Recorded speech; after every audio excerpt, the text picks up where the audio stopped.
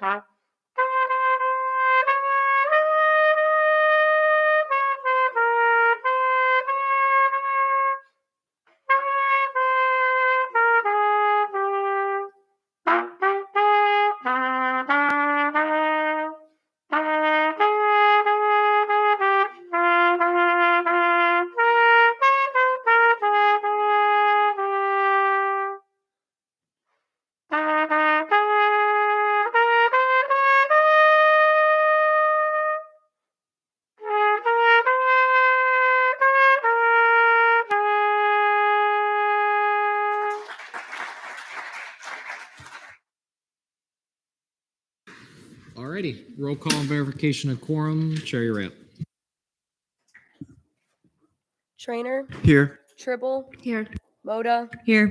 Cura, Here. Nimbargi, Donovan, McClellan, Present. Millington, Present. Temple, Present. Kaposi, Caldwell, Spalding, Present. Castello, Cantrell, Present. Perry, Shella, Present. Butler, Present. Batasia, Here. Simcoe, Present. Campbell, Domino, Present. Foster, Here. McNutt, Yalamanchili, Present. DeMarla, Patel, Here. Uchoa, Harrell, Borges, Barrickman, Almanar, Present.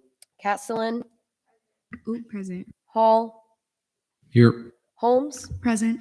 Costas, Duke, Sacero, Tache. All right, 22 out of 39 quorum is verified. Alrighty, we're now at approval of the minutes. Take a look at last meeting's minutes. If there are any objections, if not, Chair Temple. Move to approve last meeting's minutes. So motion to approve last meeting's minutes. Any objections? Seeing none. Approval of the agenda. Take a look at the agenda tonight. Not a whole lot. Wink, wink. Chair Temple. Move to approve tonight's very not so busy agenda. I love the sound of that. There's a motion to approve the agenda. Any objections? Seeing none. Now at open forum. Is there anyone wishing to speak during open forum tonight? Seeing none. Announcement from Student Body President, President Lopez.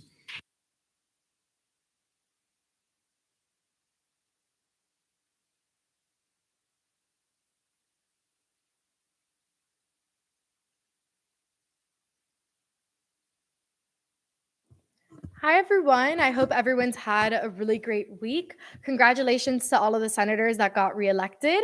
It's really exciting to see that there's going to be still some familiar faces in the next month and next year.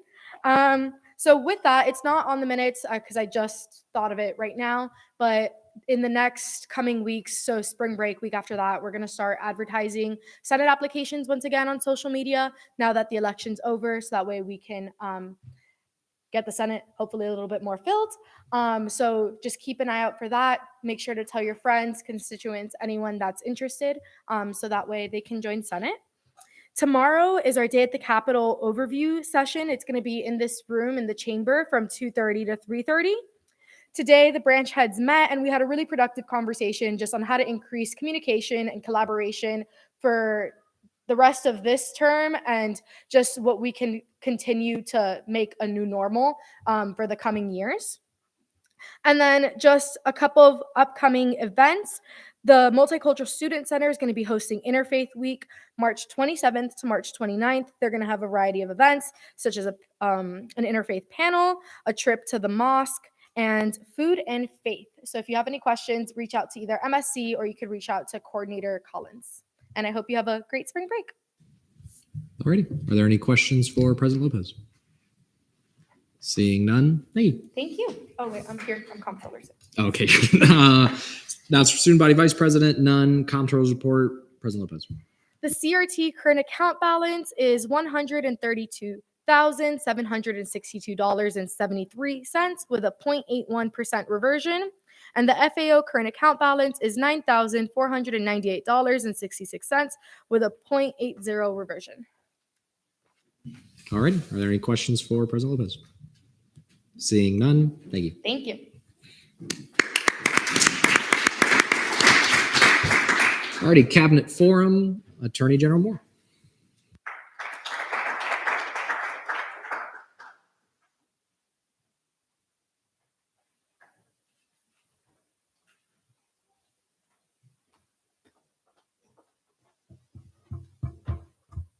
Hello, Senate. I hope you're all doing well tonight. So I'll be here for most, if not all, of tonight's meeting just to address any questions or points of clarification that you might need on the internal bills that I've sponsored. And I've pretty much wrapped up all of my goals and all of my initiatives for this year. And so now a lot of my focus really is just shifting to continuing to make sure that our governing documents stay updated, that everything in the bill history looks good, formatting, all of those kinds of things, and just ironing out any details in there that need some help. And then, of course, continuing to just serve as an impartial advisor to any of our students that might need one. And then lastly, I notified Chair Temple of a potential lobbying event that might happen through Swipe Out Hunger, which focuses on ending food insecurity on college campuses. They reached out to me and just kind of inquired if I knew any students at UCF that might potentially be interested in getting more lobbying experiences. This is not a student government event. It's just something that I figured many of us might be interested in and wanted to extend information to any of y'all that might have an interest in lobbying. So it's a great way to just network and then get more involved in the lobbying fields. And then feel free to reach out to myself or to Chair Temple if you would like any more information on that. And then lastly, feel free to utilize the opinion request form per usual. Thank you. Alrighty. Are there any questions for Attorney General Moore? Chair Temple. First off, I wanted to extend my thanks again for sending that information, and I do apologize for asking other senators around. My week got very busy, but the information that AG Moore had sent out is very insightful, and I'm more than happy to send out that information to you if you are interested in it. Alrighty. Any other questions for AG Moore? Seeing none. Thank you. Thank you.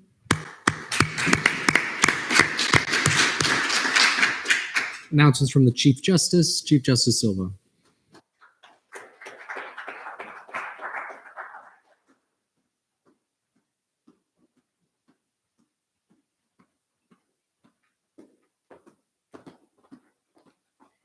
Hello, Senate. This past Tuesday, was the Juice with the Justices event. A huge shout out to Shelby for spearheading this awesome event. The turnout was amazing, and I'm so happy that I got to see so many of your faces there. We had way more people than we thought.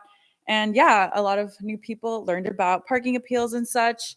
And that was pretty much it this week. I made it kind of like a judicial bye week in spirit of midterms and mental health. So not too much, just parking appeals this morning. All right. First, Chair Salcedo. So noted at 7:19 p.m. Are there any questions for Chief Justice Silva? Bless you. Seeing none. Thank you. Announcements from the Supervisor of Elections. Supervisor McGregor.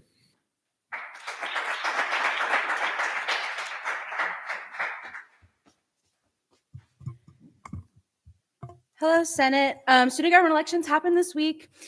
We had great voter turnout compared to previous years. Over 5,000 students voted. I want to once again congratulate all of the winners. Everyone did such a great job campaigning these last 4 weeks. We will have a runoff election when we return for spring break. on March 20th to the 22nd on my UCF again for the last seat in College of Sciences. So if you're in College of Sciences, please make sure you vote. And that's it for me. Alrighty. Are there any questions for Supervisor McGregor?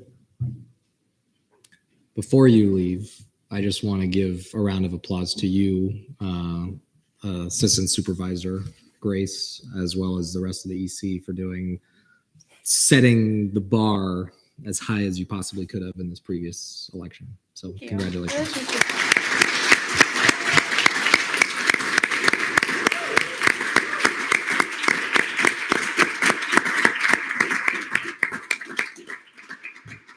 Thank you. Seeing no questions, thank you. Moving right along here, announcements from the Activity and Service Fee Committee Acting Chair. I'll just do it. Continue to have any budget questions, let Chair McClellan know. Announcements for Scholarship Committee Chair, none. Announcements for the Senate President. Alrighty, just a couple. First, hello everybody. Another Thursday, one of our last. If you want to schedule a meeting between now and the end of the month with myself or ELA DeMarla, just let us know. And then I'll just say, because I know ELA DeMarla couldn't be here tonight specifically, to just continue to monitor y'all's dean meetings, group chats, things like that. Make sure that you're following along with that. It's winding down, but we still have a responsibility here. So let's make sure that we're doing it. And then the last couple things here.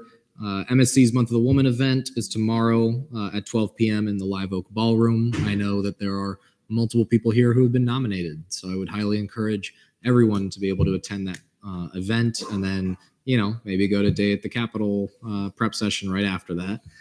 But it's an event where a lot of our leaders here, as well as leaders across the university, will be recognized. So I highly encourage y'all, particularly, again, there are people in this room who have been recognized. So definitely see as much participation as you can.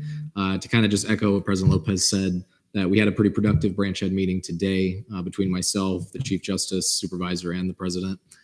So I'm hopeful that those talks will continue as we kind of near the end here.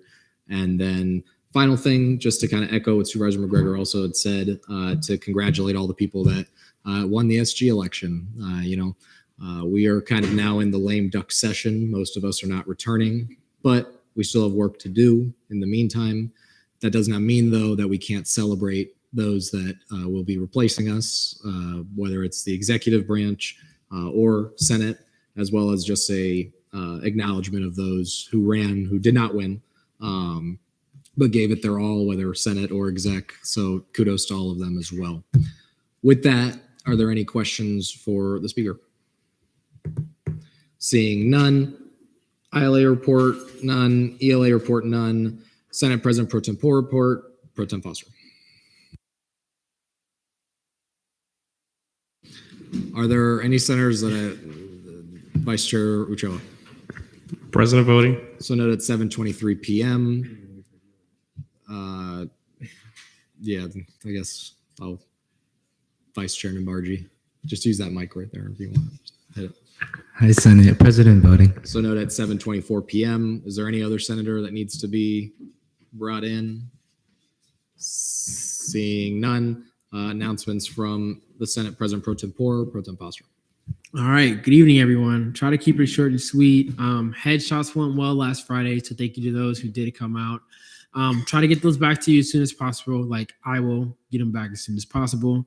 Start thinking about writing your transition binder so you can help people who come after you. I know D. McClellan's already been working on his. He has pages upon pages of very detailed things that he would like the next D-Leg to know. So if anybody can have anything remotely close to that, I think that'd be great. I'll work with Speaker Hall in the next week or two to kind of finalize a date where those are going to be due. If you need anything from me or anyone else in the Pro Tem's office, feel free to reach out. Alrighty. Are there any questions for Pro Tem Foster? Moving right along. Deputy Pro Tempore of Legislative Affairs report, D. McClellan. Good evening, everybody. I hope you've all had a great week so far. Congrats to all the new senators-elect. Tonight, we will be seeing 2 advocacy resolutions on second reading, one on first, 1 internal bill on first, 2 internal bills on second, 1 fiscal bill on third, and 2 fiscal bills on second. The 1 fiscal bill on third is going to be postponed indefinitely, just to not set a precedent of dipping into next Senate's funds for the 55th. We're just going to not do it this session, and it'll be 5501 fiscal bill waiting there in the inbox of the next pro temp's office, so they can get right to that and make sure they get their funding. There should be no timeline issues with that. There are only 2 more Senate meetings left, so if you want to pass any legislation, keep that in mind. This means that if you want to write anything, you should have this legislation ready coming out of spring break and submitted ASAP, since it will need to be adopted in a committee. All legislation needs to now be submitted 2 days before the committee meeting it needs to be adopted in, for me to have enough time to look over it. So both Pro Temp Foster and myself, SGA_pro and SGA_DLeg, emailed to be considered and within timeline. Once you submit legislation, I'll be in contact and we'll go from there. If you submit legislation on Google Docs, please make sure it's viewable in the permissions. And then, as mentioned, I have begun to make my transition binder. It is pages of outlines right now. Who knows what the final page count is? It's just an outline right now. But I do expect to complete a bulk of it by the end of the week when we get back from spring break. But if you aren't sure what you need to do for yours, let me know and I'd be happy to help. And then if you have any questions regarding anything, always feel free to let me know and I'll be happy to help. Thank you. Alrighty. Any questions for Deland McClellan? Seeing none, Deputy Pro Tempore of Senate Relations report. Please Patel. Hi guys, this week SLC had a very productive meeting. We went over different forms of bills and answered a lot of lingering questions. I'm still working with coordinator fam to finalize details on our SG field day, and our football team lost our last game last Tuesday, but we are finalizing a practice time and the group meet, so if you'd like to join, come hit me up. Alrighty, are there any questions for DC Patel? Seeing none, caucus reports, APIA caucus, Chair Patel. We had a very productive meeting this last Tuesday where we discussed throwing an event in collaboration with MSC next month in honor of Asian Pacific American Heritage Month and the Student Union. Jade and I will be meeting with Rick Falco next week to elaborate further. Any questions for Chair Patel? Seeing none, Blackhawks report, Chair Holmes. Hello, everyone. We did not meet this week and we won't meet for the rest of the session. But as an update, I'm still advocating for Juneteenth to be a holiday. And I'm in contact with the Provost and Dean Barry. And I'm currently working on my transition binder for the next Black Caucus chair. And that's all. I hope everyone enjoys their spring break. All righty. Any questions for Chair Holmes? Seeing none, Disability Caucus report. Okay, I'll just read it. Sorry, couldn't make it today, y'all. Life gets in the way. No meeting this week because we couldn't get a quorum in a reasonable time, but had a very informative meeting with the Student Union Director and gave all the info needed for our next steps for our Disability Commons. I'll add on to that. I know Coordinator Collins is also looking into that. So if you have any questions, Chair Campbell or Coordinator Collins could probably answer. For context, Disability Commons would be a physical space somewhere in the Student Union, similar to we have a LGBTQ plus commons, I believe, down by Farrell Commons and things like that. Moving right along, Latin Hispanic Caucus, Chair Salcedo. There will be no meeting tomorrow. Alrighty. Are there any questions for Chair Salcedo? Seeing none, LGBTQ plus caucus, none, Women's Caucus report, Chair Moda. Yeah, we just met this week. We'll be tabling tomorrow at the MSC event, and our market day will be March 28th. Alrighty. Are there any questions for Chair Moda? Seeing none, unfinished business, none, Fiscal Committee caucus time. Vice Chair Ochoa, are you running ORS or? Tyler didn't tell me anything, but I guess, yeah, I'll do it. Pro Temp Foster. Move for a 6-minute recess. Are they arriving in 6 minutes? What's happening in 6 minutes? What are you pointing Is at? the person in the back here for ORS? No, I know. I'm saying. Oh, okay. There's been a motion for 6-minute recess. Any objections? Seeing none.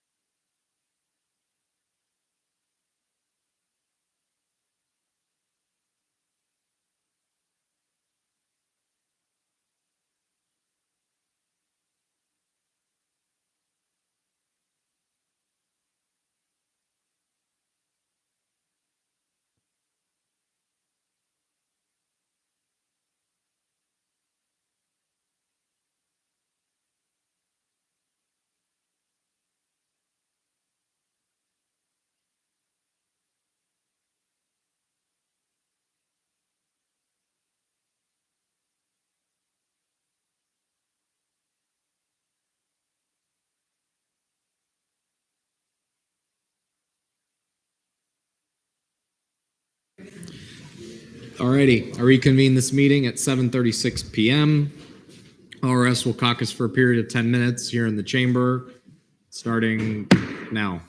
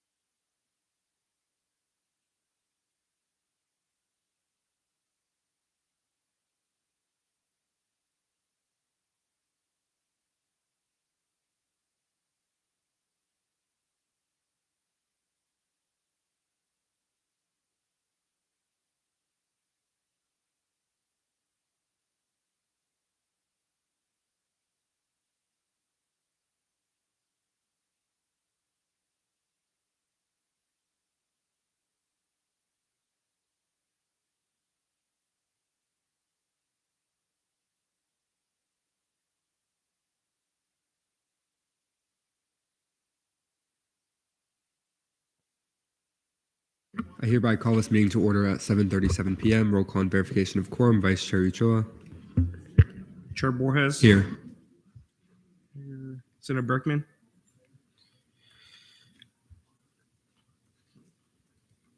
Senator Butler. Senator Shala. Here.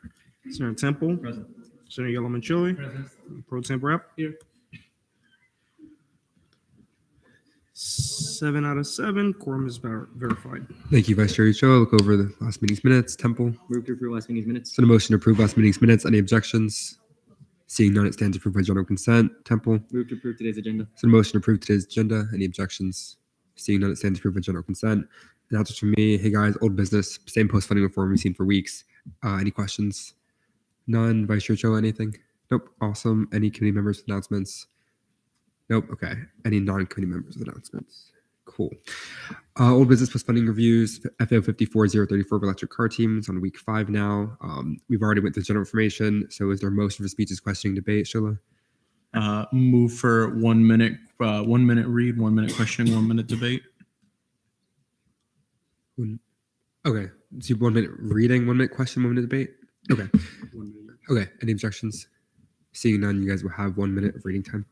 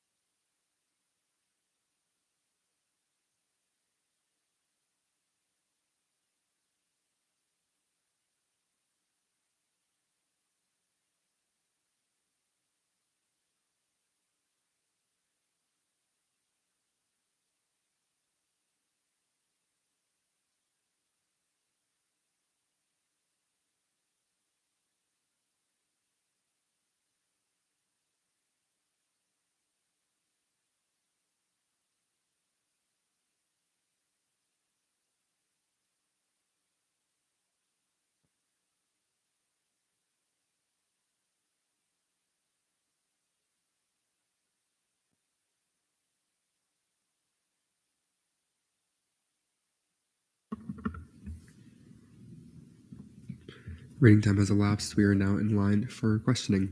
Any questions? Okay, I guess I'll clarify something. The reason why it took me so long is I was trying to contact this student because he was supposed to be here, and that's why we're here today. And then he said, "Oh, I didn't realize. Like, I was waiting on confirmation, even though the confirmation was the fact that he said he'd be here." So, any questions? 45 seconds left. Seeing none. Temple. Should we use the next? Yeah, we should. It's being live streamed, I think. Move to debate. Does the motion move to debate? Any objections? Seeing none, we are now there. Any debate? Temple. I very surprisingly am rather conflicted on how to approach this because on the one hand, yes, they deserve to be sanctioned outright because of their fuddling with the forms, but at the same time, they did take time to contact you. So I not quite sure how to go about this. Honestly, I would recommend a sanction though. That's for sure. I do want to clarify that they did show up to the special session on accident trying to come to ORS. So they did make attempts. I guess it hasn't been working out. Sheila. Considering the circumstances, it's hard not. While they have put in token efforts, it's also at the same time they clearly have repeatedly misunderstood and repeatedly said they would explicitly do something that they have failed to do so. And with that in mind, it's hard to give a lighter sanction. I would argue more towards a heavier sanction, say 15, maybe 20%. Debate time is now elapsed unless there's a motion to extend it. Temple. Move to extend debate time by 2 minutes. So motion to extend debate time by 2 minutes. Any objections? Seeing none, 2 more minutes. Temple, do you have debate? I would concur. I do believe somewhere around the range of 20% minimum, but seeing as they did attempt, like I suppose that does count for our precedent of knocking off 5%. So I would be somewhat comfortable with the range of 20 to 25%. I'm just still debating on where to land a specific number. Sure. I would probably put it towards, with that in mind, I'd probably put it towards more the heavier end. I would say 25, considering I know the highest we usually do is 30 and knocking off the 5, plus the fact that, again, while they have been reaching out, that's what knocks off the 5% as is, considering just the issues with the documentation thus far, combined with the fact that they aren't showing up when they should be. I say, yeah, 25%. Any other debate, Butler? Please use your mic. Sorry, I think pretty sure it's being live streamed, so everyone watching can see. Okay, I would say I would be around the 20%, because it seems as though like it was mostly their advisor's fault for like not being able to, like, they were on a trip, but they weren't told that he was on a trip, and then it was like finals week, so I feel like the only thing that they did wrong was like not come. So that's why I say 20%. Sheila. I would say that despite the advisor being the one at the fault, the advisor is part of the RSO. That is still the responsibility of the RSO. And if the RSO is the one at fault, it doesn't matter if it's one or many. It's the fault of the one that was given the responsibility in the first place. I would still stick with the 25%. There's still 20 seconds left in debate. Any other debate? Or motion? Temple? Move to sanction the RSO at 25%, remove them from fiscal probation. So motion to sanction the RSO at 25%, remove them from fiscal probation. Any objections? Seeing none, I'll just take a vote. All those in favor? All those against? All those abstaining? With a vote count of 5 to 1 to 1, the RSO is sanctioned at 25%, removed from fiscal probation. Verification of purchase forms, none. Post-funding forms, none. Bills, none. New business, none. Member discussion, anyone? Nope. Miscellaneous business, anyone but Temple? No one? Just Temple? Okay, Temple. Move to adjourn pending final roll call. Is there a motion to adjourn pending final roll call? Any objections? Seeing none, we're now there. Vice Chair Ochoa. Same as initial. Awesome, thank you. I hereby adjourn this meeting at 7:44 p.m.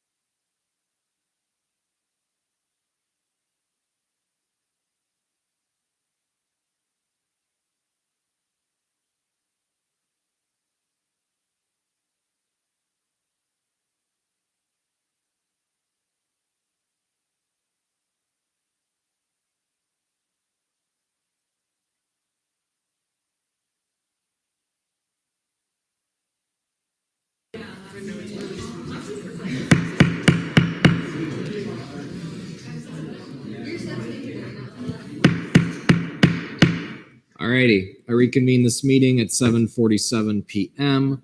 Fiscal Committee reports, CRT Committee, Chair Trouble. Okay, so as of last week, we've impacted over 1,500 students and allocated over $530,000. In committee old business allocations, we approved allocation 54,425 with a vote count of 5 to 0 to 1, 54,427 with a vote count of 5 to 0 to 0, and 54,430 with a vote count of 6 to 0 to 0. In new business allocations, we approved 54,439 and 440 with vote counts of 6 to 0 to 0, 441 with a vote count of 5 to 0 to 0, 442, 443, and 444 with vote counts of 6 to 0 to 0, 445 with a vote count of 5 to 0 to 0, 446 with a vote, and 447 with vote counts of 6 to 0 to 0, 449 with a vote count of 5 to 0 to 0, 450 with a vote count of 6 to 0 to 0, and 451 with a vote count of 5 to 0 to 0.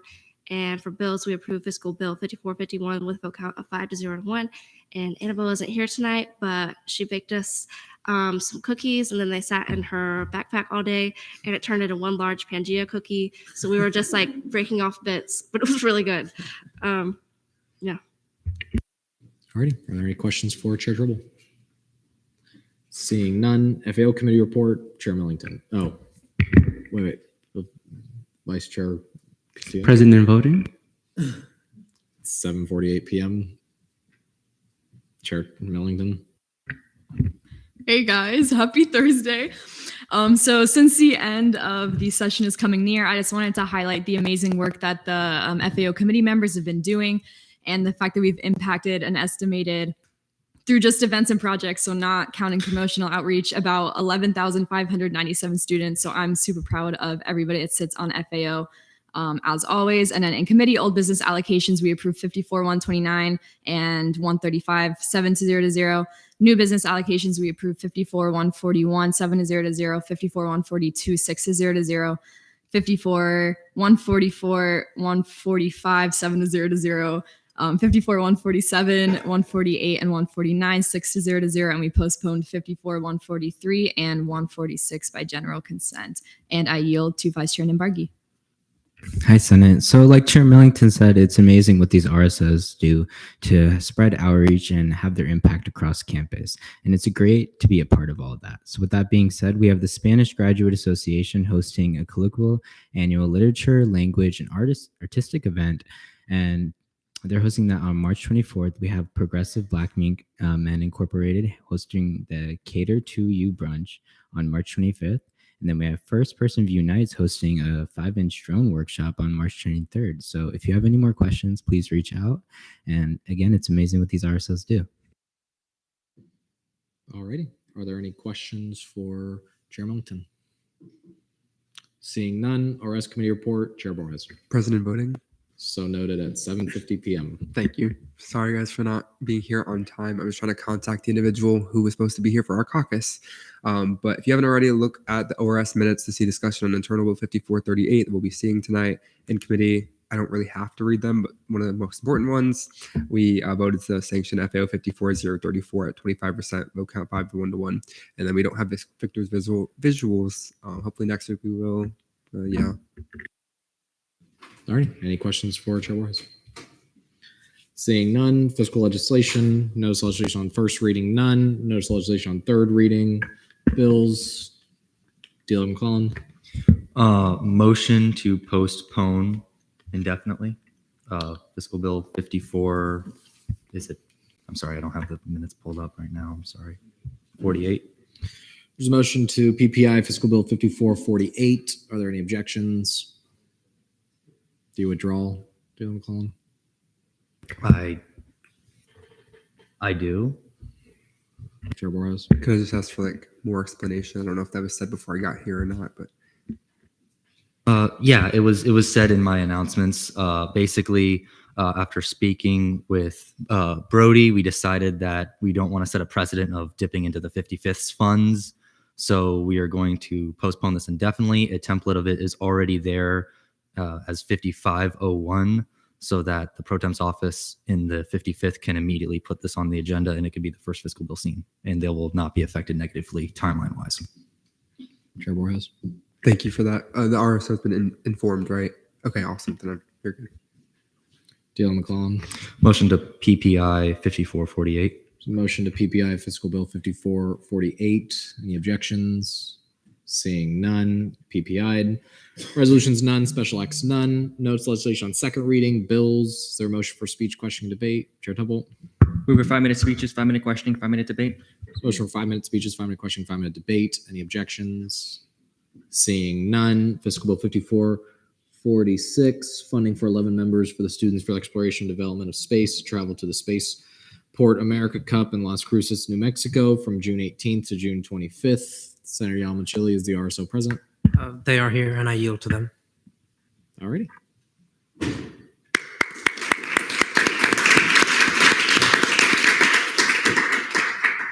Senator Costas. Get me while I'm putting my stuff down. President voting. So noted at 7:53 p.m. and you'll have 5 minutes whenever you're ready. Awesome. Thank you. Good evening, everyone. My name is Cassie Ammon. I'm the Director of Projects and a representative for the Students in Exploration and Development of Space.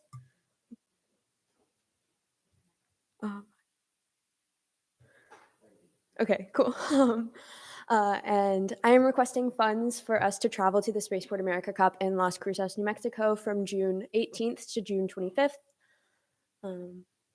To give a summary of the Spaceport America Cup, it is the largest and most prestigious rocketry competition in the world, with over 180 teams competing in 3 different divisions. Our 11 students that will be attending will present their designs and network with aerospace professionals and peers at a conference, as well as assemble the rocket to ensure preparedness for launch. If they do launch, it'll be UCF's first successful launch of a hybrid rocket at this competition, which would be extremely prestigious for our university, showcasing that we can compete on the level with other top aerospace schools such as Purdue, University of Michigan, and University of Texas. SEDS as an organization has fundraised both within community partners with partial proceeds and industry sponsors for this event, as well as requesting funds from student government. A breakdown of our costs are split between both travel and registration. For the 11 individuals that are going, we would need to purchase plane tickets. We have approximated those to be $589 per individual, totaling $6,479. Registration for the event is $75 per individual, so 11 of those entry fees, as well as a general registration fee for our team at $300 and a rocket registration fee of $700, totaling registration costs to $1,825. Our total expenditures to send these 11 students to this competition would be $8,304, and so we are requesting student government to provide $4,152 of those dollars. This is a quote from our flights. And then this is also a breakdown of the registration fees, just giving a little bit more description to each of those different distinctions. But yeah, I thank you guys for your time, and I'm open to any questions. Alrighty, before we start, Senator Donovan. President voting. So note at 7:55 p.m. We're now in line for questions. I saw Vice Chair Spalding first, and then Chair Temple. Okay, this is to whoever can answer it, whether it be Chair Borges or whomever. The numbers on the our Senate contribution. Well, first, the number that you mentioned didn't add up to or match what's on the document. So was there a sanction of 20% or something? 25%? Oh, 5%? Okay. That's all. Thank you. Chair Temple. That was actually my question. Thank you for that. Alrighty, we're still in line for questions. Dale McClellan. I suppose just for the sake of the live stream, because I don't think that was just a nonverbal thing. Yes, the RSO is sanctioned at 5%. That's where the Senate contribution and the RSO contribution are different. All right. Chair Turner. Move to debate. There's a motion to go to debate. Any objections? You draw. Vice Chair Spalding. Okay, I'm so sorry. So when I did the sanctioning, I got a different number than what's on the document. Can you walk me through it? You said 5%, correct? Okay. Chair Moda. Yeah, I also got a different number from that, like what's on the document as well. Yeah, I got 4,141.05. That's what I. Dealing call. So 8,304 divided by 2, and then 95% of that, because we can only fund up to 95% of half of the funding. So the number's correct. Chair Borges. If I can help clarify, the sanction applies to the Senate contribution, not like the total number. So that's why we're splitting it in half and then doing 95% of that. Okay. Yeah. So the way that like our rules are, the sanction comes from the Senate's contribution. It's like their contribution like stays the same. They pay technically more because of that. And then ours goes lower to make it equal to the total. That's what I did. It would be the 4,359.60 is our contribution, right? And then minus 5%. Dealing call. So 8,304 divided by 2.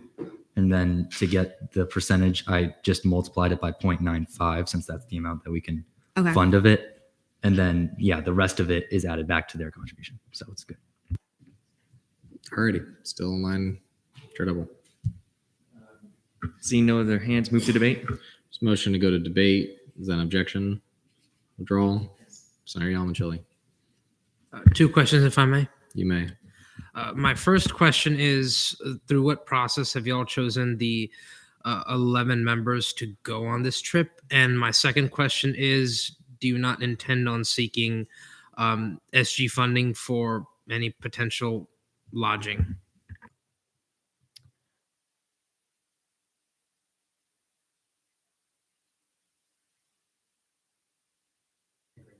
Now it's on. Awesome. But yeah, to repeat, we're currently planning on getting an Airbnb because that's shown to be the cheapest option, which isn't covered by SG funding. So that's why we're not pursuing funds for that. And then the 11 members were chosen based off of contributions throughout the project. This has been something that we've been designing and manufacturing over the course of the entire year. So these individuals have been the most vital contributions to those processes. All right. Still in line for questions. Chair Double. Move to debate. Motion to go to debate. Are there any objections?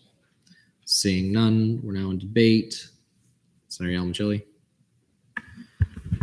So I'm going to vote in favor of this fiscal bill because I think rockets are cool. I grew up as a space nerd, and I grew up admiring things like the Saturn V. And so the students at our university who are interested in designing rockets are going to be instrumental in one day putting someone on Mars. And so this is very cool. I hope SEDS wins and makes UCF proud. I would love to see it happen. And so I'm going to be voting in favor, and I encourage y'all to do the same. Rockets are cool. Chair Double. I'm going to concur with Senator Yalman-Chili. I'm going to strenuously prevent myself from making another rocket-related joke, but as a university, it prides itself as being the space university. It only makes sense for us to fully support organizations such as SEDS in their pursuit of developing and actually launching rockets. And I'm really rooting for you guys to launch this, because if we're to be put up with the likes of Purdue and other universities like that, I would kill to see that. So in that mind, I do encourage you all to vote in favor of this fiscal bill, and that is all. All righty. Are there any other senators wishing to debate? Pro Tem Foster. Move the vote. There's a motion to vote. Any objections? Seeing none, we're there.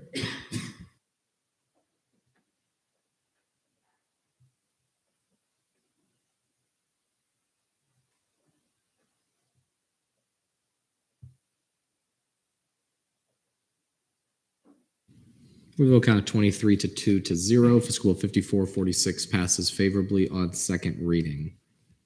Thank you. Moving right along, Fiscal Bill 5441, funding for 10 members of Society for Information Display to travel to Display Week 2023 in Los Angeles, California from May 21st to May 26th. Senator Shalala, are you representing?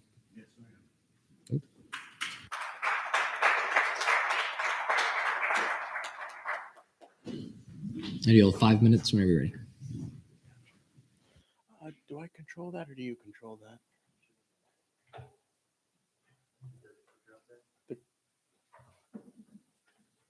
No?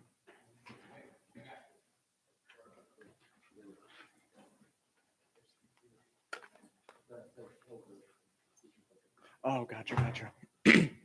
So, good evening. I am representing the Society for Information Display to be going on and to visit Display Week. So in particular, the Display Week is intended for PhD students and various other major researchers of imaging and display, particularly usually visual displays for human interaction, for various bits of research and state-of-the-art technology that has been developed. Now, in this particular case, we're focusing on students here, particularly PhD students going, 9 students, 1 advisor, going to Display Week.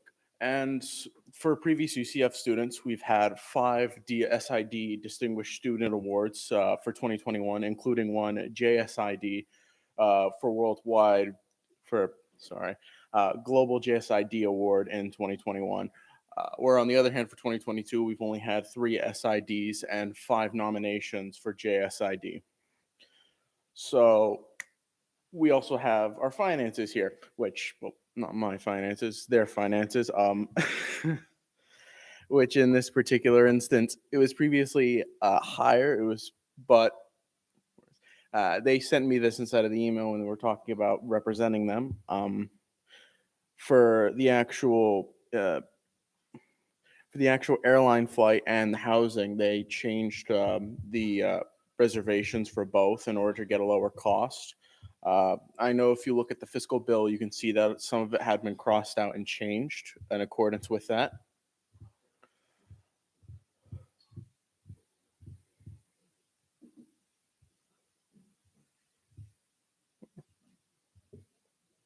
Yeah, that's definitely, yeah. Because there we go. Sorry. So then you have the 115 costs per student. This is included again in the fiscal bill, where for the actual advisor themselves is not included in this particular cost. Then again, the hotel breakdown, which this is again cheaper than their previous hotel costs, which again can be seen inside of the fiscal bill, the changes made. And again, for the actual airline, which I just brought up, yeah, the new cost for the airline versus previous.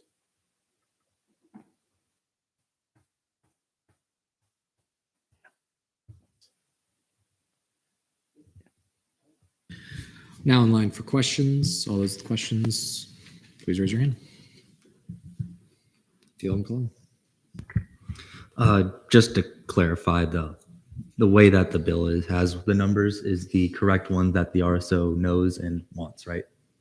Pardon? The costs on the bill are the still the same cost that they are. Yes, that's what they've informed me, is that that's the up-to-date cost. Are there any other questions? Seeing none, Chair Tubble.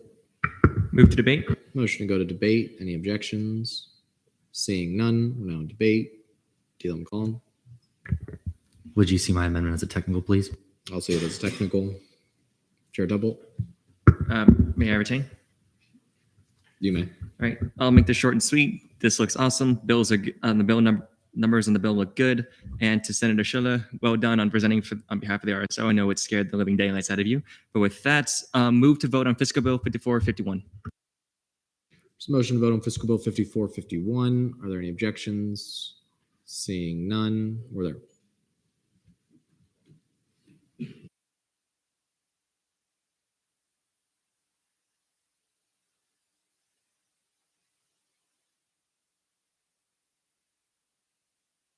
Vote count of 24 to 0. Fiscal Bill 5451 passes favorably on second reading.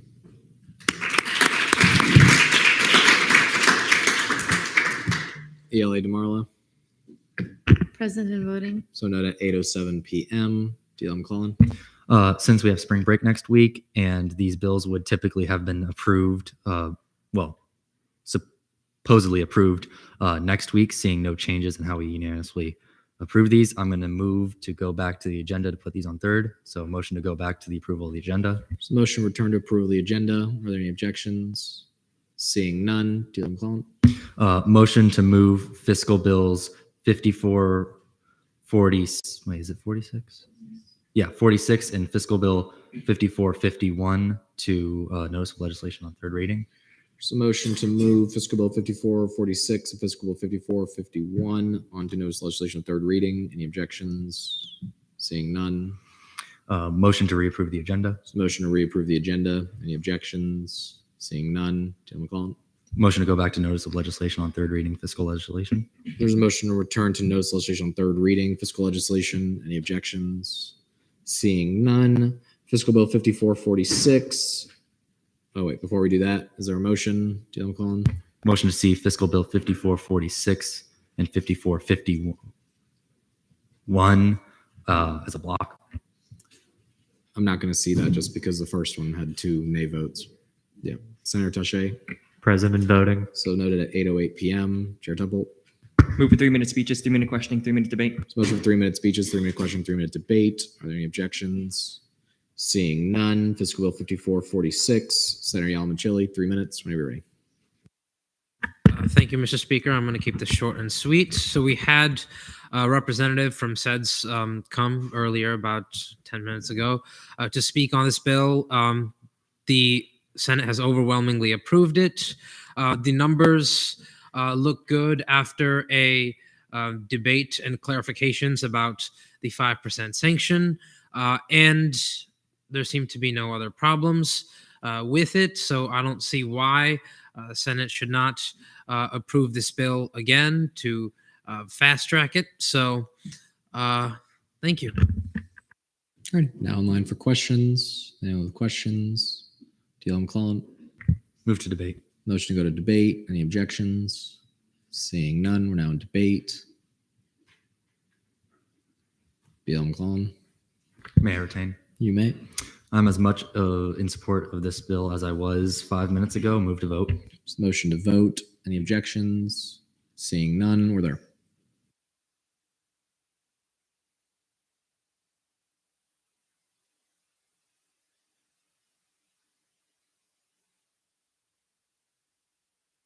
Vote count of 22 to 2-1. Fiscal bill 5446 passes favorably on third reading. Moving right along, fiscal bill 5451. Senator Shalat, 3 minutes when you're ready. All right. So I had a bit of a disaster in the front when I was stammering through that. Hopefully this will go a little bit better than that. As I said, it's for display week for various PhD students of Creole, and that hasn't exactly changed much since then. We had a unanimous agreement on voting for it for second reading. So with that in mind, I'd like to go right ahead and go for the third reading. Alrighty. I didn't think you did a bad job, but we are now in line for questions. All those with questions, DL McClellan. Move to debate. So motion go to debate. Any objections? You withdraw?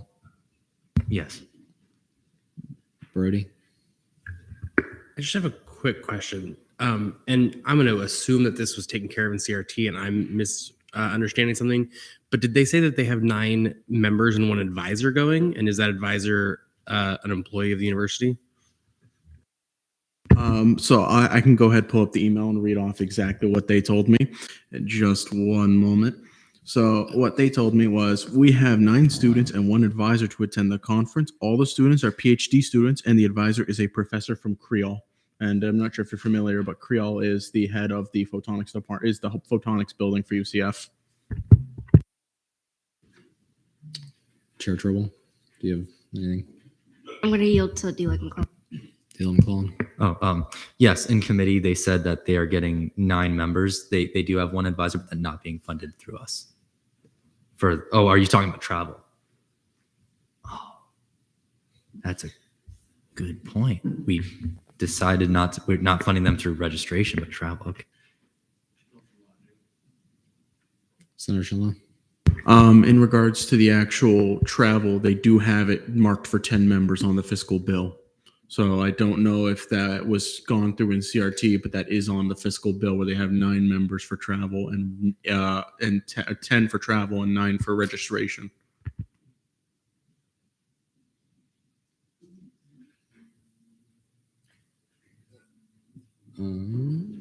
Brody, thoughts?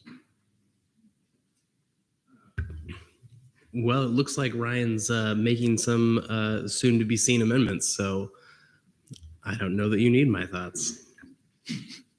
Alrighty, Teal McClellan. Just for Brody. So lodging, they're probably still going to need the same rooms with 9 people. So we're just going to have to reach out to them and let them know not to lodge their professor.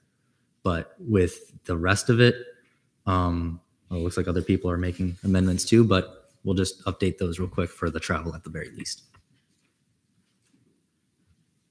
Alrighty. Is there a motion to go to debate? Alrighty, we're now in debate.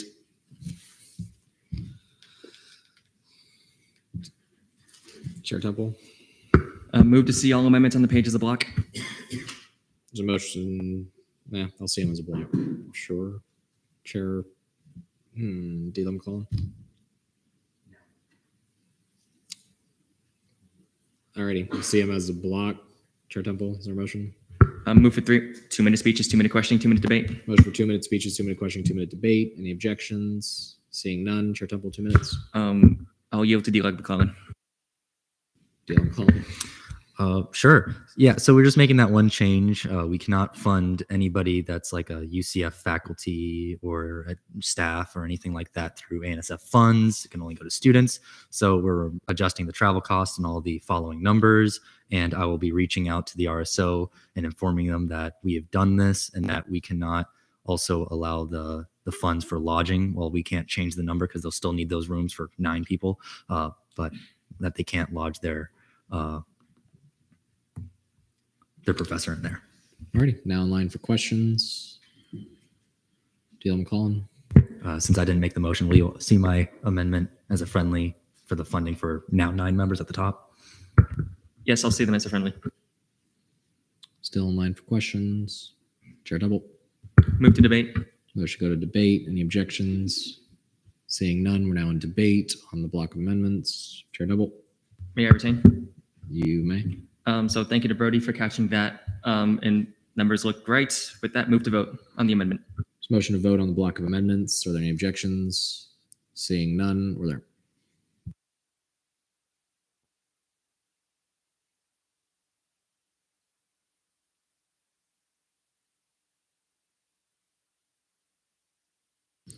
Vote count 27 to 0 to 0. The block of amendments passed favorably. We are still in debate on the bill. Chair Borges. The bill looks great now. Thank you, Brody, for catching that. ORS was caucusing at the same time as CRT, so I'm sorry that I didn't catch that sooner. I'll be voting in favor. Ready? Pro Tem Foster. Move the vote. There's a motion to vote. Any objections? Is that an objection, Senator Yalomchili? Withdrawal? Senator Yalomchili. Just one question. Oh, never mind. The D. Like McClellan's latest amendment was approved. That's what I had a question about. But yes, that's not an objection. Move to vote. Okay, cool. Sorry about that. Did you motion to vote? Yeah. Yeah. All right. There's a motion to vote. Any objections? Seeing none, we're there.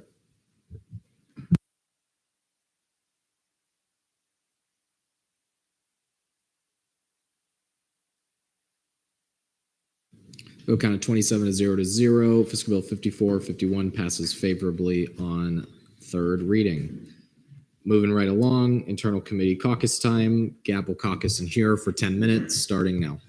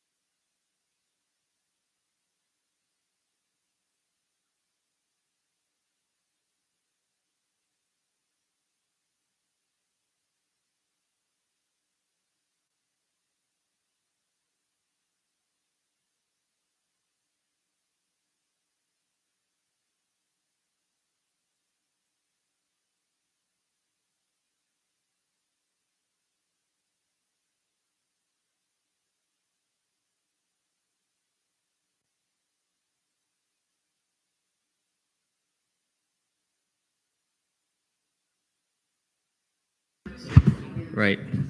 I hear Ethan, where's the it's in the group. All right. Are we up?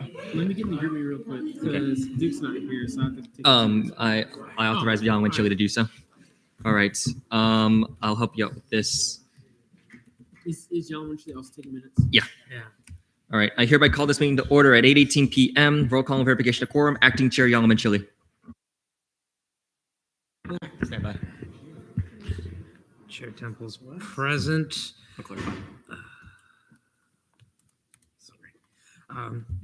Vice Chair Duke. Absent. But you should have access to edit. That's fine. We'll do that later. Okay. Senator Almanar. Senator Caldwell is absent. Senator Castellan. Absent. Senator Capozzi. Absent.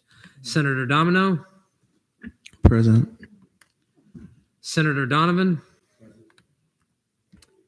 Senator Holmes. Present. Senator Costas. Here. Senator Taché. Here. I am here. Pro Temp Rep. Here. Gak McLean. Absent. Okay.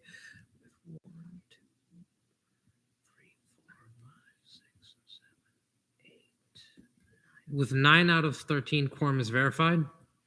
Thank you, Young and Chili. Approval of the minutes. Is there a motion to approve last meeting's minutes? All right. Seeing no objection, they stand approved by general consent. Okay. Approval of the agenda. Is there a motion to approve tonight's agenda? All right.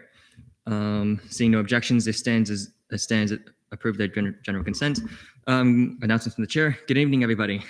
You thought you can get away from me from a week. So tonight we'll be deliberating and approving on the advocacy agenda for Day at the Capitol. I should have definitely had this much earlier. That's on me. As a heads up, the agenda was significantly cut down at the request of Gak McLean, President Lopez, and Vice President Martinez. You'll see that if you were to enter the documents. This Friday is our first Day at the Capitol prep session, which stands at 2:30 p.m. to 3:30 in the Charge on Chamber. Yeah, thank you for that. So just want to give you that heads up for those who are going to be attending tomorrow. And then on this day, it's pretty quick. In 1776, Adam Smith publishes The Wealth of Nations, which develops the whole. You have your opinions on that. I'm just saying that because it's my history facts. Okay. Hey, I'm an econ major here. It's all good. I understand. I know. And my Liverpool fact of the day is I wanted to share this on Monday, but on the 5th of March 2023, Man United lost to Liverpool at 7-0 at Anfield, making it the latter's best performance against their historic rival, and subsequently it is Man United's worst ever loss in the Premier League era outright since the beginning of it in 1992. Wrong one. Are there any objections? Sorry. Are there any questions for the chair? Long day, guys. I'm sorry. Announcements from the vice chair, none. I do want to commend Senator Yalamanchili for volunteering to become my vice chair for the day. Thank you for that. Give me editing access. I thought I did. Yeah, I'm sorry about that. Yeah, you're editor. You should probably refresh that page. Cool. All right, moving on down. No announcements from committee members, no announcements from non-committee members, no old business, new business advocacy agenda. All right, so I had already gone ahead and highlighted some of the bills that I personally think would be the most important for our advocacy. And for context, they only limited us to 3 bills per priority, which means we only have a list of 15 bills outright, which I know is very much not what we wanted initially, but that is, we were expecting a cutback anyway because we only have a certain amount of time with the legislators. We don't know outright, but we could have at max anywhere between 15 to 20 minutes, and getting through like the bills that we had initially would have been nightmarish. So yeah, I will open the floor to any questions and deliberation on this, and I'll start with Donovan. I think the cut back to 3 per section is great, heading in the right direction. I think we can do better though. I think we have 5-minute conversations with these representatives, and I think maybe even 1 or 2 per policy session might be the best way we can be effective. So I would recommend we all limit it to that. And I probably won't be voting for any more, but I just wanted to throw that out there. I'll go with Almanar and then with Costas. A question for the chair. Go for it. So I remember last year at the Capitol, on top of our advocacy agenda, there was also like advocacy we're doing for the university for like securing funds. Is that something that's going to get added to like what we're going to advocate this year? No such discussion has been brought. Nothing has yet been brought up to me by GAC McLean yet. And I haven't seen any appropriations bills that are germane specifically to UCF as of yet. Costas, and then Teshe. Yeah, so because we are getting a limited amount of bills that we're going to be able to discuss, it's in my opinion that we focus on the ones that are most important. I know we have a lot of important bills here, but I would like to express my opinion with the ones that I think are very important. And if we hear that we cannot put these bills on the advocacy agenda, I would like to do it. Dylan Hall did last year, where he pressured GAP into having something that advocated for LGBT rights. Before that, though, bills like SB 300, which makes abortion go from 15 weeks to 6 weeks, I see that's on the agenda. I'll clarify that as soon as you're done. Also, bills like SB 256 and HB 1445, those bills go into, in my opinion, civil affairs. Those bills target unions specifically and make it harder for unions to form and build coalitions. If we can't add that to the agenda because it's too late, I would like us to have that on a separate page on the back of the full document that we bring today at the Capitol. And also considering HB 1421, which is a bill regarding transgender healthcare. I think it's important that we consider that too. But I would like to have some more discussion on this as we navigate through this caucus. Understood. And I will say SB 300, we're going to be advocating against through the advocacy for SB 1076, if that makes sense. So what we're going to be doing is the way I see it is we can advocate for SB 1076, but also within those points about reproductive healthcare rights, we can also advocate explicitly against HB 7, 2023 edition, and SB 300. Costas and follow up, and then Cache, and then Can you Donovan. clarify what SB 1076 does? 1076. My apologies. Which one are you referring to? Oh, 1076 reproductive healthcare rights. That basically codifies abortion as a right. So it's like the opposite of 300? Yes, it is the explicit. It's the express opposite of both HB 7 and SB 300. Teshe. Yeah, just because I know JC brought up the concept of advocating for funding for the university. In case we were considering that, I don't think we should be doing any advocacy on behalf of the university until the university proves to us that the advocacy they do behind the scenes is for us. So until they prove that, we shouldn't do anything for them. I will get into contact with Gag McLean and or President Lopez to find any bills that would be advocating directly for the university. I'll go Donovan and then Domino. Oh God, that's gonna be confusing. Can we make amendments to this advocacy agenda? Yeah, go for it. Just make sure Michael, can you add those bills that you mentioned that aren't explicitly Again, mentioned we on there have as a well? like 15 bills outright, just as a heads up. Yes. So if we can't, then we can absolutely do what we had done last year and have just a sheet specifying our advocacy for labor rights, for example. Domino. Hi. Just piggybacking off of what Michael said, there's no bill, like I see it listed, but as far as like the highlighted ones, which are what was suggested as primary focus on there, is there a specific reason why there's nothing relating to the LGBTQ plus IA community? Yeah, that's what I was trying to jostle with as I was going through this myself. By all accounts, we can absolutely tinker with which bills we're advocating for, or in this case, against. So if you want to, you can make note of what bill that you would want to see. Oh God, too many hands. Holmes, then Almanar, then Teshe.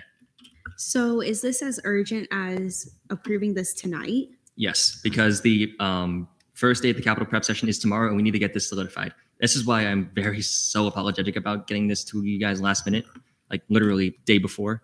So that's completely on me. Follow up, if I may. Go for it. Is there a possibility? And what time do you need this to be approved by? By tonight, unfortunately, because I need to get this over to McLean and the president, vice president. Okay, if that was the case, I was going to propose that if you were able to turn it in tomorrow, if there was a possibility that we could, I don't know, take some time to look at it and then vote via group me. But I don't think that, I don't know if our time crunch just seems too tight. Yeah, again, I am very sorry for the time crunch. Almanar. When were you notified about having to make the cuts? Early this week, Tuesday, if I'm not mistaken. I was intent on having this done earlier, but everything else had gotten ahead of me and personally, so I wasn't able to really get this done until this week. Again, very much sorry for that. Costas and Domino. Firstly, Ethan, you've done an amazing job doing everything, working with a lot of restraints that we haven't had to deal with before.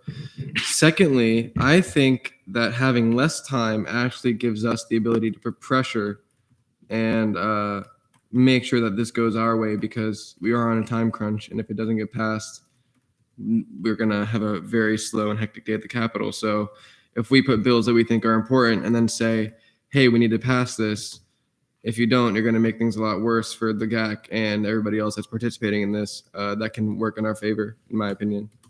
Domino, and then Teshe, then Holmes. Teshe. So I wanted to say just a couple things about the way we're going over this. It's kind of, I think, too late to be updating things. I wasn't necessarily super on top of this myself, so I'm not going to be saying that we need to add things last minute, because it's kind of solidified and Ethan put in the work and anyone else who contributed put in the work. And so I think we just have to go along with this. I'll also say that I think a potential compromise on that would be that if it's just the first prep session tomorrow, then maybe we could just approve 5 or 6 of these that we all know that we definitely want in there, so people can just get prepped on those at this meeting and then the next batch at the next meeting. But yeah, just to kind of make sure we can get this done, I wanted to offer both of those points. I'll see Holmes and then Almanar. I concur. I think that might be the best avenue for our situation right now. Additionally, I know that last time we met, we did think we have a lot of time, and I don't think that's necessarily fair on you as chair or our committee to make such rash decisions in a short amount of time. So I do think that please stop apologizing, because it's not all your fault. It's really not. I do think that we should create a boundary to where we were put on a time crunch. Therefore, we're going to give you what we can and then come back to you when we can give you the rest. So I'm going to echo those sentiments. Almanar. If I believe, forgive me if I'm wrong, is tomorrow not the only prep session? The first prep session is to provide the general overview of the event, but more importantly, it's also where students are going to be assigned their legislative priorities. So that means they'll come into knowing what priority they're going to be talking about, and more importantly, the legislation. Follow up. Will we go over any legislation tomorrow? As far as I'm concerned, no, but I don't think but I personally don't know if it's a good idea to keep adding on more bills, especially since we were given the express limit of 3 bills or 2 to 3 bills by the president, vice president, and GAC. I don't ask this to add more bills, just to know how if we do have any sort of more time to have a full GAP discussion on Monday. Oh, spring break. Never mind. I'll see Costas and then Donovan, and then Holmes. Yeah, I definitely know that we are on a bit of a time crunch, so I didn't want to add too many bills, but I did pick ones that I didn't see on here that I think would be important for us to advocate for. Could you please clarify what 256 and 1445 do? Yes. 256 and 1445 are bills that make it harder to form unions. Are they the same bill by chance? They're sort of one of them is being filed in the House and one of them is being filed in the Senate, but they're both do pretty similar things. Then those can be advocated for as one. Okay. Then let me get some more information. I'll put that in the agenda right now. Okay. Donovan, Holmes. I think it would be helpful tomorrow if we at least had like one bill for each section, so that we say like, oh, you have the civil rights section. Here's like the main bill that you want to be familiar with, so you can start looking at it now. And with that being said, we've talked a lot about how we're going to go about doing this. We haven't actually like started, which I think is going to take up the most time. So if we could move to start discussing like the specific sections and which one from each specific section we want to do. All right. There's been a motion to begin breaking down the discussion of the advocacy agenda. Are there any objections? Seeing none, we can start with civil rights quickly. Deshay. Can I give a quick suggestion on how to go about this? Go for it. I know that yesterday you said that tomorrow they'll be picking which things they're going to be focusing on and whatever. They'll be assigning them to they'll be assigning, say, civil rights to certain students. Yeah. Let's say that. So what if when those people got assigned those clusters, they just themselves then picked from this list? Because if they're going to be the ones advocating for it, shouldn't they be the ones who are picking the bills? Historically speaking, we actually gave them a set list of bills in order for them to advocate for it, to make it easier for their research. Because like we're students, we have a lot of different things on our hands. We're not going to go through and search up 2,000 plus bills, and that's why GAP really exists, is to establish that list of bills. So does that make sense? Okay, Holmes. I'm sorry, I brain farted. But yeah, I was just gonna say the same thing as Donovan. Yeah, to just go ahead and do one per thing, because the thing is, like, I see that like we've been working on briefs, and now the briefs that people have written, like, we're not going to be able to use them because we most likely aren't picking it. So again, that's not your fault. I just think that, like, again, we should make that boundary of just giving them what we can. So that's what I was going to say. Yeah. I mean, I should note as well, I highlighted these specific bills because I knew that these would be bills that in some way would impact the student body as a whole. So for example, under civil rights, SB 200 is intercollegiate athletic compensation of rights. That should be a foregone conclusion, in my opinion, because that does concern the ability for athletes such as for UCF, like our football team, to be compensated and to be given a set list of rights further as employees. And of course, I also picked SB 1076 as reproductive health care rights because I knew that abortion rights is a significant issue for the student body writ large. So that really leaves one bill more or less to be floating. 1026 can be considered a bill for us to use, but I'm going to leave that to you guys to determine which ones you want to use. Because again, I want to make sure that we have at least 3 bills already, for each section. Okay. Are there any questions or any further discussion? Costas, did you want to explain your 256 1445 more? Yes, I'm looking at it right now. It targets dues deductions from paychecks. So I believe if union members are paying dues, those would be knocked off of the paychecks that people would receive. I'm still looking at more information about it that's concrete, but I am seeing that it does target public sector unions, and a lot of people are dissatisfied with it. But I do want us to just have it on there for now. We don't need to highlight it, but I'll work on getting more concrete information. Awesome. Teshay? Yeah, I also believe in that bill you talked about it targeting public sector unions. It has exemptions for things like the police, but not for things like public school teachers and faculty administrations and things like that. I did want to bring up a point that Domino had made. I do regret that there weren't many LGBTQ bills that we were advocating for nearly as much. So I wanted to see if we can, at the very least, include who put down HB 1421. Costas. Do you care to explain that one?